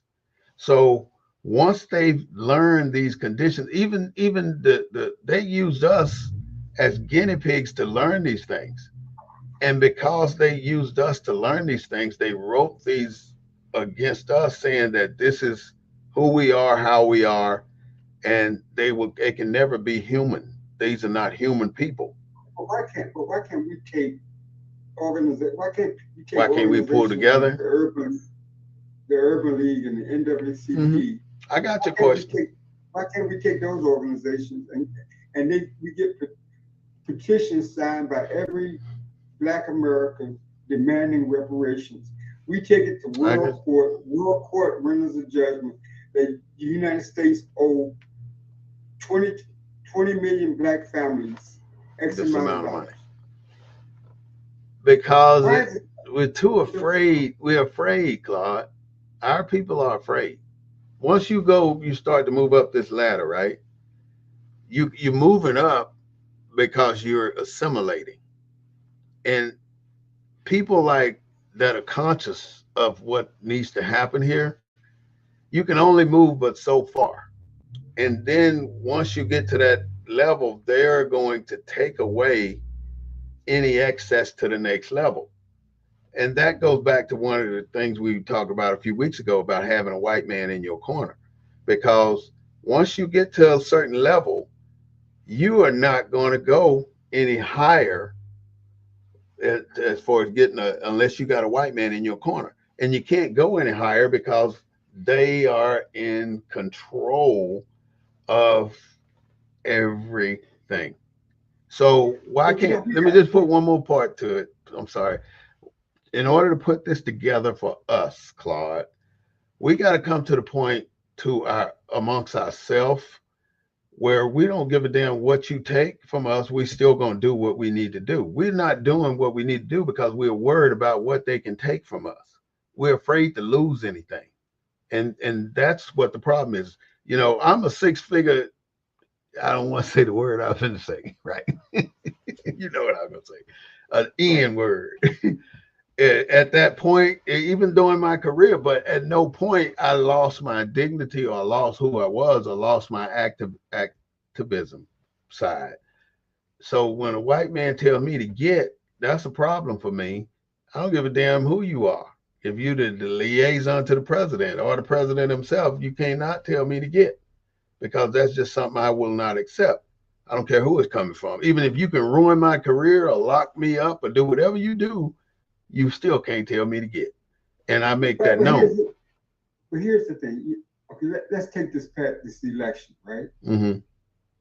Trump won, right? Mm-hmm. And he got the Congress and he got the Senate and the House, right? Mm-hmm. And so they don't have no different caucuses arguing with him. Mm-hmm. If the Democrats had won, you got different caucuses within the Democrat Party arguing against with each other, right? Mm-hmm. You got the Hispanic caucus, you got the Asian caucus, you got What's this the caucus. difference? How come the Republicans don't have all them different caucuses? What's the difference in the Republicans and the Democrat? I'm just asking, why does the Democrats have all those different groups and the Because Republicans the same don't? reason they can't make a decision. They can't draw the line in the sand. These different agencies, these different groups only dilute the water. It makes it easier for them not to do anything because you got a lot of hands in the cookie jar. So with all the hands in the cookie jar, you ain't got to do shit because ain't nobody pulling no cookies out because can't no hands get out because there's too many in there. So that is So the strategy. It's a strategy that's, huh? So how does that benefit us as black people? It's never going to benefit us because the Democrats and the Republicans are the same people. They don't, I mean, they're the same people. The caucuses are nothing more than political interest groups attempting to win favor among constituents, which, What I'm saying, the Republicans got caucuses, but they don't have like a black caucus or a Hispanic caucus or Asian caucus. They may have a conservative caucus or whatever. What are They we don't trying have to all. prove? We're trying to prove that the Democrats are affiliated with the lower end of people, of lower end of society. The Republican don't give a fuck one way or the other. The Democrats are trying to say, well, yeah, we align with you, middle of class America. We align with you, people at the bottom of the well. We align with all of your groups, but we don't give a shit about none of y'all, but we align with y'all. And until y'all, as long as y'all don't ask for shit, we're going to keep doing what we're doing. And that's exactly what they do. And once you hear somebody say they standing up for us, for instance, Black Lives Matter, shit, we felt like we had a new political organization on the move, but we still didn't do shit. Only nobody did anything, but these people who created Black Lives Matter got to be filthy fucking rich. And on the money that fools were donating that for shit that ain't gonna never do shit for the masses of people. There's not one single thing accomplished by Black Lives Matters that benefited the people. Not one thing. Not one fucking thing. But Black Lives Matter was all over the fucking country, but it ain't do not one thing for black people. So how fucked up is that? Just like all these political caucuses, these Well, groups. have you heard anything from George Floyd family got all the money? Have you heard from George Floyd family? No. But why would they say anything? They don't have shit to say. And look, I went to the funeral in Houston, and it Yeah, I was was there. You were there yeah. at Fountain Lake? You didn't see us on the bikes because they let us in right next to the building. We parked right next to the building with the police over there on the side of the Yeah, building. because Dallas Jones, who was the little short guy, that's my colleague. Really? Yeah. Yeah, I know. My church, Huh? my that was Fountain Life, but Fountain of Praise is right down the street. Another big, that's the church I go to. We met a friend up there named Sonny Ewing. She's a bodybuilder, and she was doing a lot of videos around the scene up there. And there's a black. So what did you think of that? What did you think of that service? Well, I thought it was almost like moving cows because they were running people through. You know, you get in line, you get in there, and you get out, and you can't stay long. So I just didn't like that part. And after we ran through that like that, we just left. Yeah, I was over that congressional delegation. I was hosting them. Okay. So I had prime. You was in there the whole time then. Whole time, yeah. So But I saw how they was putting people in and out. Yeah, yeah. I didn't like that. Yeah, I did take a picture or two, when I was there, but I didn't. We didn't stay long. In fact, where you was at, that's the district I worked on council at. Okay. That was my. Okay. So Houston has districts A through K, and then 4 at-large seats. And there's a black lawyer firm around there called Miller and something that we always go every year. They do a biker thing, and we'd always come up there and support them. But I haven't been in the last couple of years. So you're a biker? Mm-hmm. Yeah, I ride, man. I'm in Houston all the time on my bike. It's been a little while, but that's where me, a couple other guys will ride to all the time. It's a big biker scene over there that we participate in. Yeah. I mean, I'm not in the bikes, but there's a big biker scene here in Houston. Hell yeah, it's big. It is super large. Black biker group? Huh? Are they black? Yeah, all black. Black. Oh, okay. I've been to Houston at least 10, 12 times. I've been going to Galveston for the last 10, 15 years. When they have that big biker thing in November, first week of November. That can't be black. That can't be white. It'd be black too. There's a lot of black folks up there. A lot of black folks. A shitload of black people up there. They always on Shoreline. They on down there in Galveston on Shoreline. Huh? What kind of bike you got? I ride a Road King Harley Davidson. Big boy, about 1,000-pound bike. And I pushed that bike from Atlanta all the way to San Diego. I've been I've been up to Detroit, Michigan, been down to Mexico. On that bike? On that bike. Been to Colorado, Nevada, Arizona, Albuquerque, New Mexico. I've been somewhere everywhere, man. We ride. I've been to LA. How big is your club in San Antonio? Well, I had a bar, and we'd have anywhere from 200 to 300 bikes up there on a Thursday night. They'd come in and have a good beer or something. So do you still have your bar? No, I closed that down in 2001, I think. Oh, okay. Yeah, it ain't been long closed, but I got tired. I couldn't have people to come do it the way I would do it, so I just said I'd better off close. What did you want to do? Well, I had my standard. We got different standards in some cases, and I hired at least 3 to 4 different managers that just could not meet my standard. And my best thing was to not try and let it. You sold liquor there? You had a liquor license? Yeah, I had a liquor license and I had a beer license, and it was a private club where I had memberships cards. Okay. So it was pretty. Huh? Chuck mentioned that you had It was a lot of people. biker bar. Hundreds of people used to come from Houston. They used to come down like, I mean, there'd be so many people coming from Houston To the bar. on certain events. Uh-huh. And Did they come up from see Cape Parade? even with the biker set, right? It's difficult to get them to realize that leadership starts at a single point and trickles. You can't have leadership starting all over the place and trickling up unless there's a political system in place. You can do it with a political system, but when you're starting from nothing, somebody has to be the leader. And right now, our problem is we have no leader.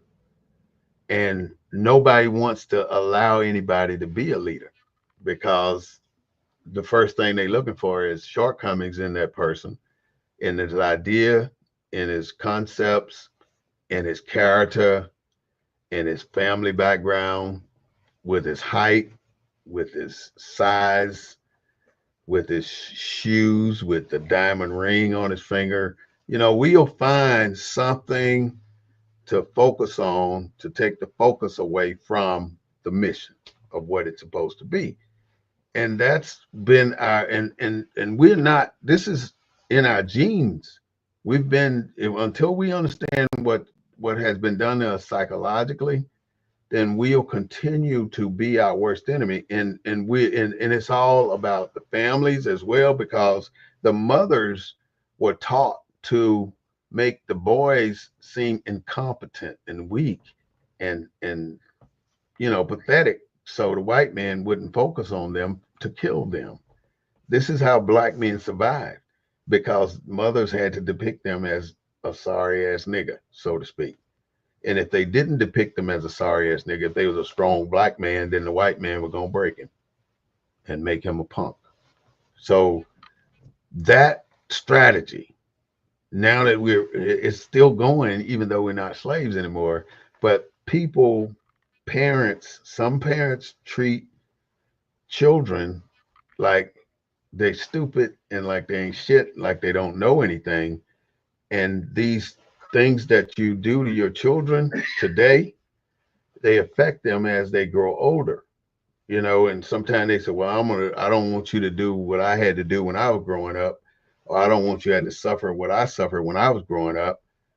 So, but instinctively, you still give that child the same You know what? things. What's shocking to me is not the number of black men married to white women, but the number of black women married to white men. It's a status thing. It's status, because black women marry white men because they don't feel like black men can meet their standard. And even if they could meet their standard, they can always find a white man better, because white men don't have to go through the same stigmatism as a black man. And they already know that the white man got the big house on the hill, got the big car, got the money. And the black man is a question mark. Does he have the money? Does he have a house? And then many women today will bring in a black man that ain't got nothing, that can't do nothing, so they can control that black man and be the father and the mother of that house. And then the children suffer. They grow up, if the daddy try to discipline the child, the mother wants to beat the daddy's ass. Instead of beating the kid's ass for fucking up, they want to beat the daddy ass. So it's so many little bitty cliches that we've pulled into our existence that shortens our lifespan, that keeps us from being who we are. Like, I was watching somebody today cleaning chitlins, right? And in this big red bucket of chitlins, they pulled out two buttholes of hogs. And in those two butthole chitlins, it had feces in it. And they throw them in the bucket, as that they throwing it away, but you still cleaning the rest of these mofos, and I grew up on chitlins like many of us did, but that don't mean I still want to eat that shit. I'm not gonna do that just because it was good to me growing up, and I know this is feces driven things. I mean, That's why you have to clean them real good. huh? That's why you have to clean them so you have to Yeah, wash them so. yeah. You clean them and you wash them, and you clean them and you wash them, and you clean them and you wash them, and you use bleach and you use detergent and you use all these chemicals to clean chitlins, and then you cook them till they cook them, and you cook them and you flavor them and all this shit, and then you sit there and smother them in hot sauce or some other shit, and then you eat them, and the only thing you got is a gelatin type taste in your mouth. You don't really taste it but the hot sauce. What the fuck are you tasting? You don't even taste the chitlins. I never like chili. I could never get past the smell. Man, I ate a spoonful 2 years ago, and that was the worst damn thing I ever done. I was sick for 3 days and shit. I never eat them again. Never. I don't give a damn how big the Like I pot. said, I don't care who clean them. And you know they always say, we gotta know who cleaned them damn chitlins. Who cleaned the chitlins? now that's one dish that nobody never brought To a cookout. to a cookout. Chili. Chitlins or something, man. But let me just run down But my it's last always, few things, huh? because even in the black family, it was Mm, always just one person that liked the chillings, and somebody would have to cook it for that one, that mm, one person, Who baked the only damn one mac person. and cheese? Mac and cheese, collard greens, and chitlins, and then potato pies. So that Oh was the man, trip. That was all the I trip. miss, yeah, yeah, I miss those southern ways, man. But Families don't. back to what you was asking though. I mean, reparations and the other. What else you were saying? Reparations and Well, no, I just think that we got to have a uniform agreement that that's what we want. why But can't we get it's along and do that? I don't know. I mean, because everybody don't agree with reparations. All 41 million black folks don't agree with. But Uh, reparations ain't money. As long as we don't think reparations should be money, we. I think it should be money. I I think it think it should be should. the relief of money. I think we don't. We no longer ever. If you can prove your descendancy from slave, you never pay another tax in America. You never pay another tax. If you are can prove that you're a descendant, then you should be given 40 acres. It may not be where you want it, but you should have access to 40 acres that's yours without being taxed on it every year. Okay, You they should. say that African Americans are anywhere from so many percent all the way up to 35% European, right? Mhm. Now, so how many? I got green eyes. How many Africans got green eyes? There's a whole tribe over there with green eyes and blue eyes and shit. Oh, really? Yeah, In black as Africa? hell. got green eyes and blue eyes in Africa. We're the only ones can do that. We got black Wow. people with blue eyes, solid blue eyes. You never know they were from black folks, but they are. Yeah, but how do you make that connection? You make the connection knowing that we are the people what everybody comes from. We can be anything and everybody. We can be all white, we can be all black, we can have blue eyes, we can have brown eyes, we can have straight hair, we can have curly hair. We can do But anything. Huh? I get it. But I'm really just talking about the way America has constructed Mhm. race. Perfectly. They put it in a It, perfect scenario. it's different than anywhere else in any other construction anywhere else in the world. Mhm. Yeah, it's perfect. I mean, you can't ask for a better system. It started even before Abraham Lincoln. I mean, they started framing the way this is going to be. And the people that came here initially came because they were not the chosen ones to stay in a particular country. They were the ones who thought that they were marginal citizens that needed to get the hell out before they damn went to jail or couldn't do, lost credibility for their families. That's why they left. You know, who in their right mind, with all the riches and powers to be, would want to leave all the riches and powers to be to get on a damn voyage that you don't know where the fuck you going? Who would want to do that? So people didn't want to do it. They did it for incentives. So the let's say the British like government. the prison colony in Australia. Mm-hmm. And what's that other country over there that they're fighting with now? Who? But it's over there. It's not Australia, but it's the one right next to Australia. New Zealand? I don't New know. Zealand. Is it New Zealand? Yeah. Those were all expatriates from Europe. Every country is either from Africa to Europe to all over the rest of the world. Even the Belgium. Belgium was one of the first white groups to go into South Africa.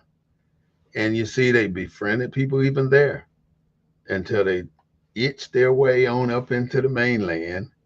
And then they itched their way on up into getting people to work in their houses to help them build this and help them build that. And then they got it to all the guns and shit over there and got all the ammo they needed over there. And then they started to forcing them to do this or forcing them to do that.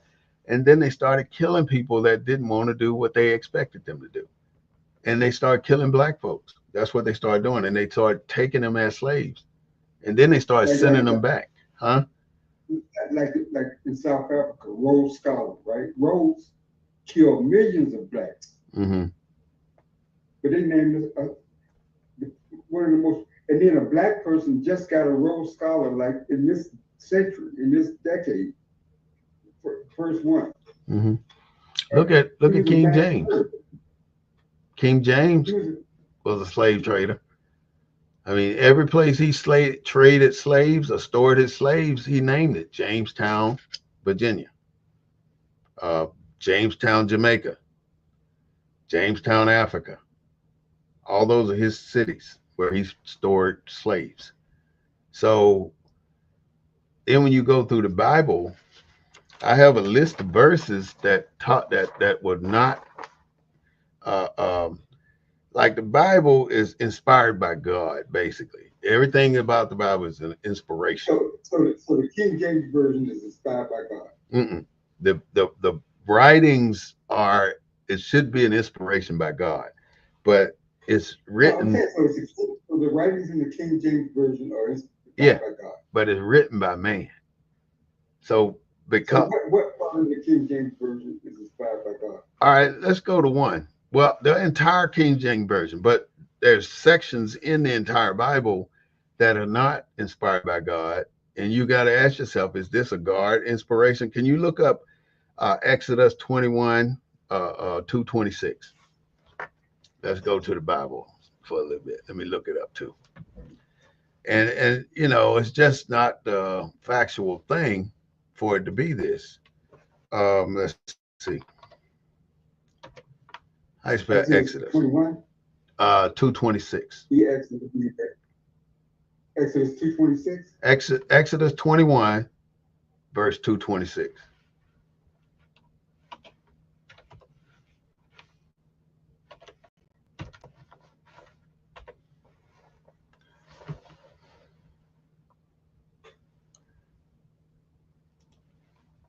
Did I get it wrong? Let's see.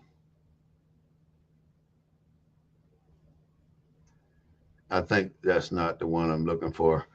Let's try this one. Leviticus. That ain't it. Let's try this one. I got the verse wrong. I'm gonna try Leviticus 25:44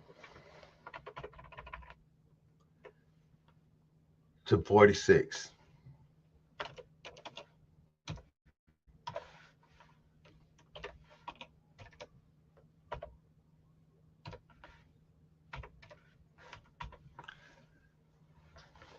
Okay, Leviticus 25:44 to 46. Is that something? I just put 44 in.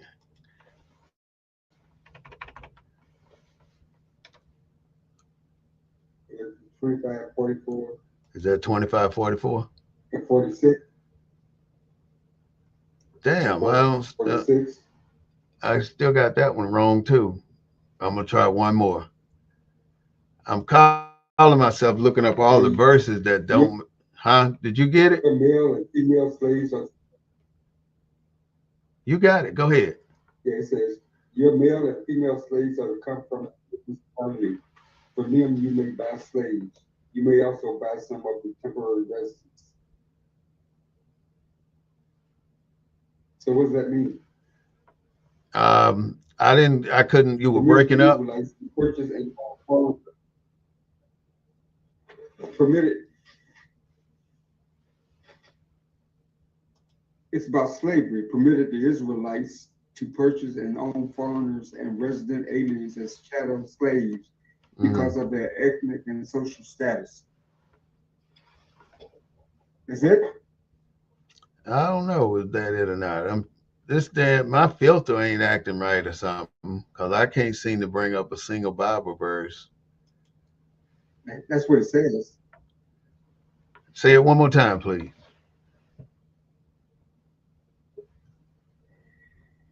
It says, permitted the Israelites to purchase and own foreigners and resident aliens as chattel slaves because of their ethnic and social status. Hmm.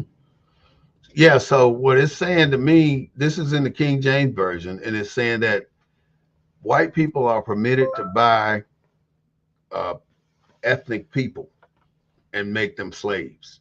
Okay, so now, so that's biblical. So you saying Mhm. that that's biblical? I'm saying that this is not part of what God inspired.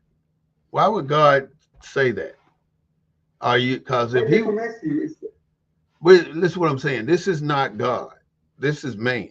Because God, if you're going to go to heaven, you think God want to keep black people as slaves and allow white people to rule over black people in heaven, since that's what these people want to think.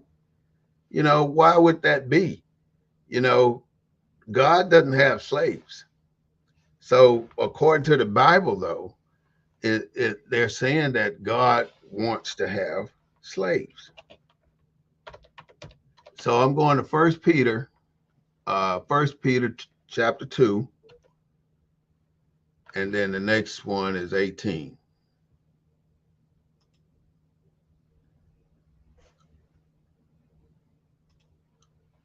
verse 18. Yeah.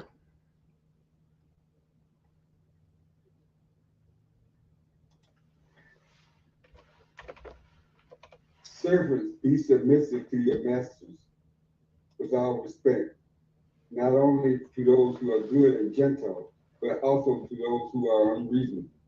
That's some bullshit. That's not that's just King James trying to control his slaves. That's not Right. godly. But it's in there. But nobody will But read most that. black people use the King James version of the Bible. Yeah, I know. Let's go to Timothy 6:1 under the King James Version. Timothy chapter 6, verse 1.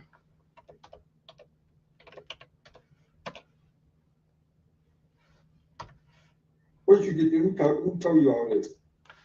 I just do some research, ask some questions, and I come up with stuff Let like that. all who are under the yoke of slavery consider their masters worthy of full respect, so that God's name and our teaching may not be slandered. God, See what I mean? That ain't godly there.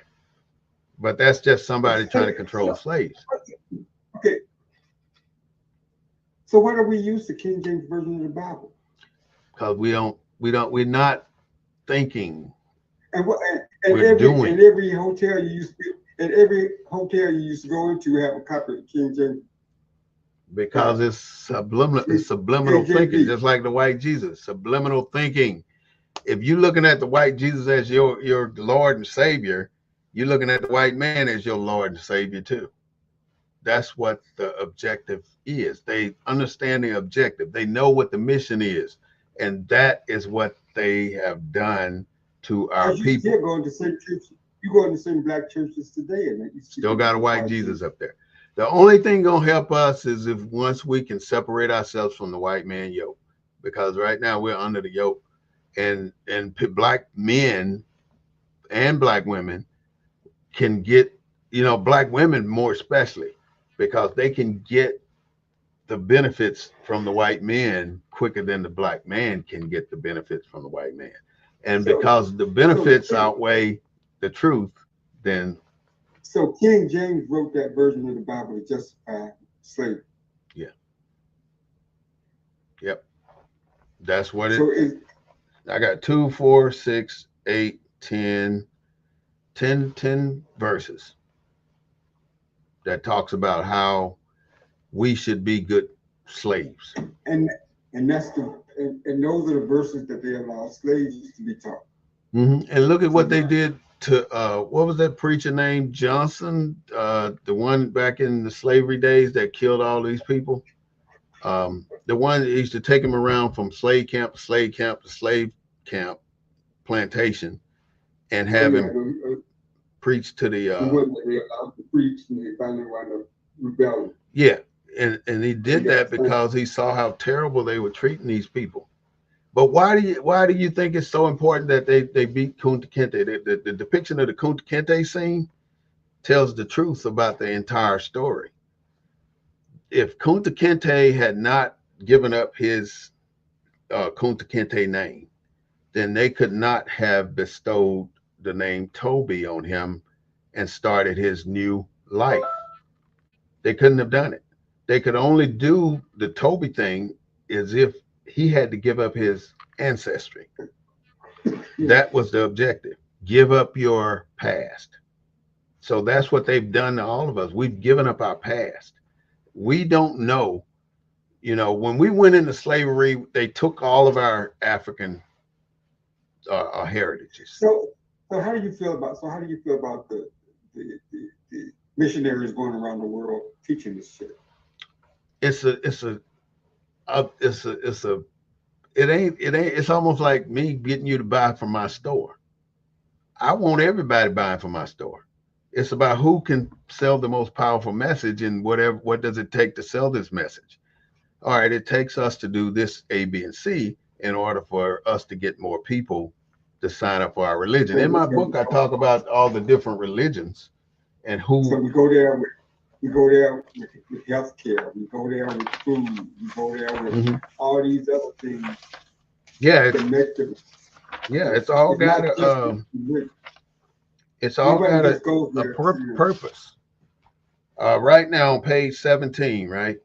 On page 17 of my book, it tells you all the different religions. Okay.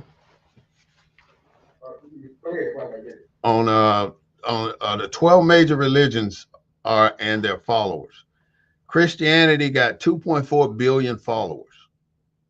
They kill you in the New World if you did not follow. In other words, back then when they were spreading Christianity with John the Baptist and John the Evangelist was the most traveled guy, and he would break your neck if you didn't step on his platform with Christianity.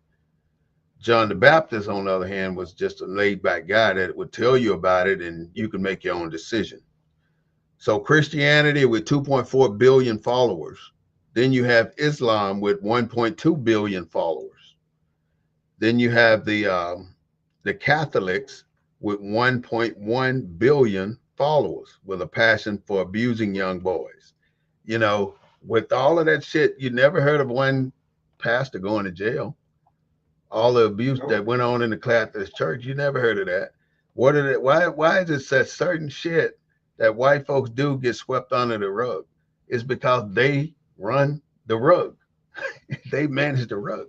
You can't do shit and get around these people if they don't want you to. But if they like you, they will go through hell and high water for you, as if you've seen what they've done for Donald Trump. That's the third. The Catholics had the Knights, and what was it called? The Knights of Malta. Huh? Page Page 17. the Knights, because I talk about religion, it says God is the invisible source of omniscient and omnipresent power. It is difficult to believe we can navigate our lives without having help from a supreme being, and so on and so on. But then I get down to the on page 17 where I talk about all the different religions, and you got to realize how the Knights, the Red Cross Knights, the Crusaders, how they took out all the other countries, and they killed people, and they eventually came the Knights of Malta. And when they became the Knights of Malta, they were part of the Masonic order, and Jacques de Molay ran the Knights of Malta. And the King of France. So explain all the different Christianity religions, like Methodists, Seventh-day Evangelists. All of them derived from being pissed off at their mother source. So the Christianity and the Islam people have been fighting for 20,000 years, or since time began, because the Christians would be in charge for 600 years, and then next comes the Islamic people will be in charge for another 600 years. They kept flipping and flopping for hundreds and hundreds of years since all of this stuff began. So now you see that over that dome over there where the kissing wall But is. I like this. I missed this part. What? And you asked this question because I always have this question. I really need to go back over this book. What? It says, why do millions of churches park themselves on the corner of our poorest neighborhoods and promise the path to salvation? I asked that. That's what you said. Where you at? Page 17. Still on page 17? Says, why do millions of churches, like that one district I just told you. Oh, okay, was at, I got right? it. Yeah. That church you was at, right? Yeah. Right, the film. Yeah. That's one district, right? Mm-hmm. There's 99 black churches in that area where you was at. Ridiculous, right? Because everything's 99. broken off. Let's say I get mad. Me and you got a church together. We got 1,000-member congregation. I get mad because you won't damn talk about this on this day. So now I'm going to break off and go open me up my own shit. And so now I'm taking 300 of the members out of that church that you got, and we going over here. That's what happened. So is that why God won't bless us? I mean, is that why we can't get the black community together? Because we got too many motherfuckers want to be leaders, but they ain't trying to be leaders. They trying to get paid. That's what it boils down to. And that's what our default is. We're too hungry for money. It's money before people on all cases, and money before self-respect on all cases. We'll give up our self-respect for money. We'll sell our bodies for money. We'll kill people for money. We'll do anything for money. And then why do they say money is the root of all evil, and you can't get through the eye of a needle if you're rich? Who they trying to convince? Because the rich people don't give a damn about that bullshit. They rich. Well, you know, the native, the so-called indigenous people, and the Africans, they believed in God, but they believed God existed everywhere. In the trees when the trees rattle, the trees, the leaves, when they rattle, that was God. So God didn't have to come down and teach you nothing. It's already here. Because you appreciated nature. And you were one with nature. And you were one with nature. You wasn't destroying stuff out of greed.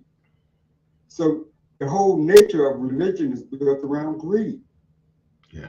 I mean, established religion is built around greed. Because how can you have 100 churches in a black community and the black community look like crap? And you never see crime going down. You never see the neighborhood going up.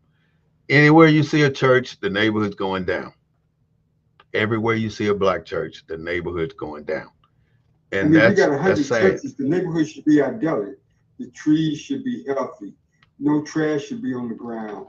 You know, and each church should have more than 40 people in it. But you don't have a lot of people in these churches. every penny they got going to paying the white man for the renting this building because they ain't buying shit. Yeah, because they in storefronts, they in They everywhere, for and then they're not serving the people. The people are serving the church. That's that all it church you is, was in. huh? That pastor, that used to be a white church. Now they built that part new. The other church was over there on South Post Oak. It's Mm, still over there. mm-hmm, But most of those churches out there in that area that you was at, mm-hmm. those were white churches. That was a white area That's before pretty black sad. folks moved into. That was a Well, white. Those were white communities. Those were white schools, white neighborhoods. In fact, a friend of mine, he moved there in the '60s, '70s. I mm, think it's '70s, and his white neighbor pulled a shotgun on him. Now he moving in, the white neighbor thought he was robbing the place. He almost got killed. He would be dead today if not but by a stroke of a miracle. damn. Ain't He that was something? moving in at night. He was moving in at night because he worked during the day, Ain't that and he something? almost got killed. Still about to get killed in your own fucking house. Yeah, excuse my language. Yeah, he was moving to his own house, and his white neighbor thought that they was robbing the place. We're so embedded in these screwed up ways, man. It'll take too long for us to turn it around. I mean, the only way this is gonna happen is through a really, really major event. And that's the sad So why part. why we even try to why why why get it why even bother yourself with politics or this show or I can tell you anything? what we do today is not for today.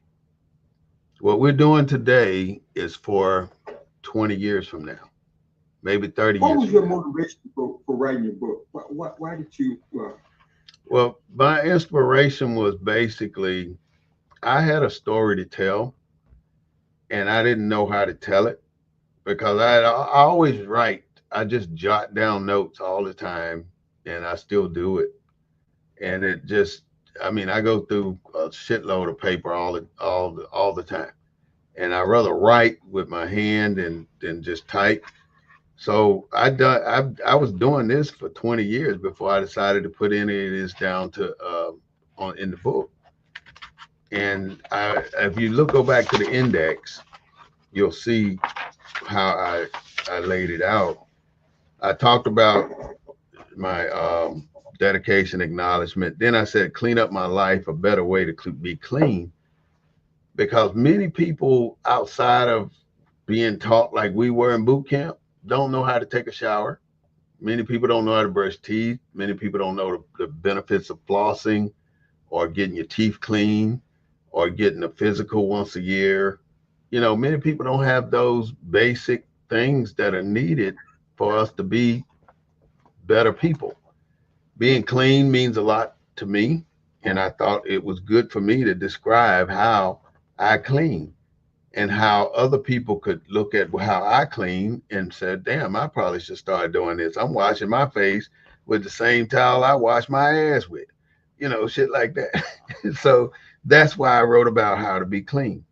And then what makes them afraid of us talks about, Are you hmm, are you an active Mason? not, yeah, I'm a shrine. I'm in the shrine right now. But as far as the rest of the stuff, no. I just decided I didn't want to do it anymore because I went all the way to the 33rd degree Mason. And as a 33rd degree Mason, that's as far as you can go. You have no need to go farther than that. There's nothing left in Masonry past 33rd degree. So when I obtained the 33rd degree level, there was no reason for me to go beyond that. And I just decided I'd had enough. This is the one thing that you always maintain from becoming a 33rd degree Mason. I don't know if you can see it. Can you see that, Clark? Oh yeah. Yeah, That's I'm a third degree. I just never pursued it. I just you. never stayed active. I found some really flaws in that philosophy, and the biggest flaw I found is that you want to be known as the givers of society. You want to give here, give there, and make charitable donations all over the place. But in order to make charitable donations, man, you got to have some money to donate. You know, all these little $300, $400, $500 damn gift certificates and scholarship funds, and you make it like it's the biggest damn thing in the world. But you ain't really doing nothing but paying gas money to back and forth to school. You ain't doing shit. Like same with the rest of the fraternities. You always want to give, give, give, but you ain't got shit to give. Borrow your fucking bank account before you giving it away. You know, if you giving away a $3,000 scholarship and you only got 5,000 in the bank, you stupid. And that's what I see in all these damn frats. They got money. They got enough money to do their normal shit every year, and they don't have anything more. And but then the money you put into the basic, the community branch, 60% of that money goes to the next level branch. And then 30% of that money goes to the next level branch. So really, you're just supporting the levels at the top that ain't doing shit but partying. So you're doing all the work down here, paying for everybody up there to have a great time and show up. Yeah, it's a level marketing. It's a fucking scheme that beats the poor man to death. So I do look at it this way though. Any fraternity that you're a part of is not for the young man. It's for the middle to older men, middle age to older age men, men who have been accomplished, who have disposable income and disposable time, because it takes a lot of time, a lot of money, and a lot of studying to be proficient at your fraternity. Otherwise, Yeah, you're just spinning your damn wheels. That's all you're doing. So if you ain't going in it to go all the way, then leave that shit alone because you're spending $400-500 a year on bullshit and it ain't amounting to a damn thing for you. Because once you decide, let's say you walk away today from whatever fraternity you may be in, there's a 95% chance that you'll never hear from another member in that fraternity again. Never. hmm And until it's dues time, you'll hear from I, them dues time. I I hear from them all the time when it comes to do, but I hear from Alpha. I mean, they're pretty active in terms of communicating They with their stay in membership. contact. Okay, But that's but good. I was really upset. I got a call from this white firm who was putting together the directory. And I'm saying, well, we got a white firm putting the directory together. Don't make sense. Why would you have a white person sitting at the head of your fraternity or your local fraternity? Is that permissible where you are? Yeah, I mean, we got white members. So you The would head of the TDA, the could head of the TEA, the Texas Education Authority, he's an Alpha. The white guy that's over it, he's an Alpha. so your local fraternity you can have a white person in charge. No, we don't. No, I don't know. They never had one. But see, that's what I'm I, saying. It's I'm, certain I'm things that really they should not be seated as. there's two local fraternities here in Houston chapter and Missouri City. I don't belong to either one. I keep my membership at the national. I support the national. Partly because I got disgruntled because when my daughter was at the school, I tried to get the brothers to come and tutor the kids, and they was too busy doing something else and shit. I said, well, what the, you know, Hmm. where y'all? I went to this cleanup Mm-hmm. and I tried to get them to come to, and it is a black school, and the only people there for the cleanup was white folks. Not one black man. Black men too So I'm busy. taking this picture. We're at the front of the school. I'm taking this picture. It is all white folks, and not one white person go to the school. That's why I had to let a lot go because none of that stuff means anything. Doesn't do anything. Doesn't do And my wife anything is really for into. even at funerals.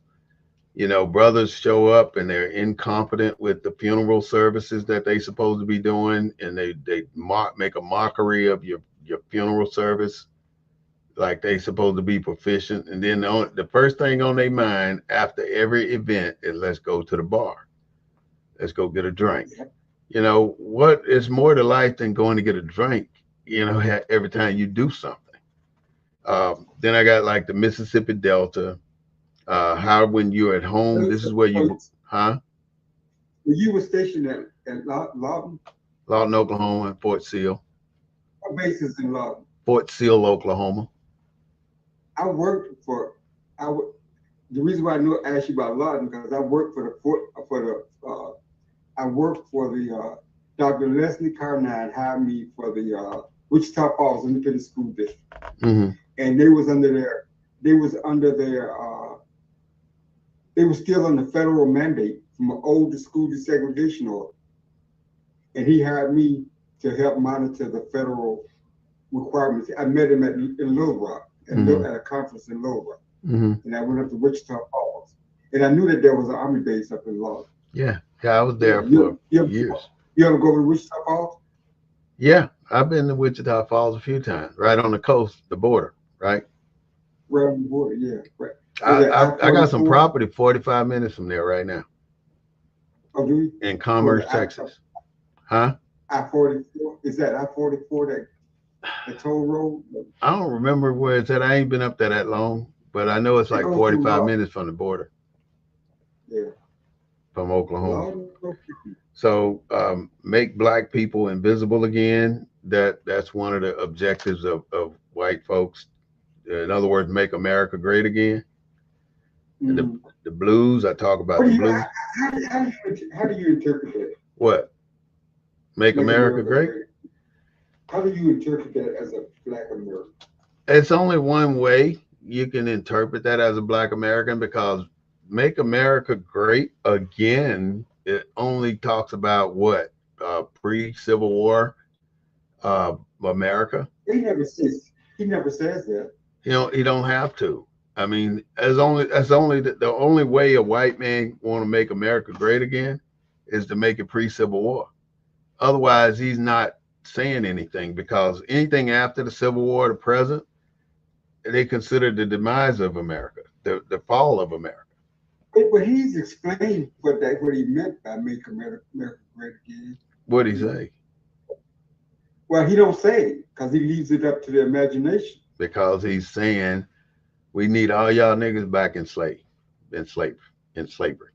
That's what he's really saying. Huh? You think that's what he's saying? You think that's the message that he's sending to? There's no doubt in my mind that is the message he's sending. That is no doubt in my mind that is the message white people got. And nobody will ever tell you the truth about it, because everybody plays both ends against the middle and play like if he comes out and pushes an agenda of racism or this, that, and the other, we don't like this kind of people doing that. He's starting with Mexicans, and they too damn stupid to realize what the fuck is going on, still voting for this man. But his objective now is to target Mexicans. How about the 30% of black folks that voted for him? But it don't matter. That ain't even the issue now. The only issue with DT is Mexicans, because if his number one agenda is to deport Mexicans, in order to do that, he has to do two things. One, he has to say every police officer in America has immunity to do this. In other words, you can card any Mexican, any person that looks like they're Mexican, and find out if they're a legal citizen. He hadn't said he was going to do that yet. He doesn't have to. It's being done already. Police, everybody wants to be out in front and get favor of Donald Trump. So everybody right now already got plans. They got everything already laid out on how they're going to do this. It's already done. Every city in America can tell you with white people leading their police force can tell you how they will do this for how they will do it for for Mexican Americans. They know already. They already know. You know, we've been on for almost 2.5 hours now, Claude. I'm gonna go ahead and call it a day, and hopefully you can come on back in and let's say goodbye. But this is the Black News Network, the real voice of Black USA, broadcasting the news live from a Black perspective. We do not own the rights to the music, but we do own the rights to what we say. My name is Brother Smith-Bey. I am your host, and my co-host is Mr. Claude Foster. He's the CEO of CF Consulting Group. I might have missed a letter there, but he is the CEO of that organization. I want to thank you so much for being a part of our show today about Black Wall Street. You can also, again, support us at Cash App, $ SMITHWAR, and become a good viewer and lifetime member. But I do ask you to subscribe to us on YouTube and to like us on Facebook. Again, I'm your host, War Smith, and I ask you to please contact me for a copy of my book, a signed copy of my book, Leave the Dirt in the Cotton Field. And I think you would be very pleased to get this book. I mean, it talks about some really deep shit that you should know about going on in our lifetime. It's life off the plantation, basically. And don't think that this has changed. America still got an agenda, and the agenda is to get rid of you. I want you all to have a great day today and a better day tomorrow. This is Wall Smith with the Black News Network signing off. Thank you so much for being here.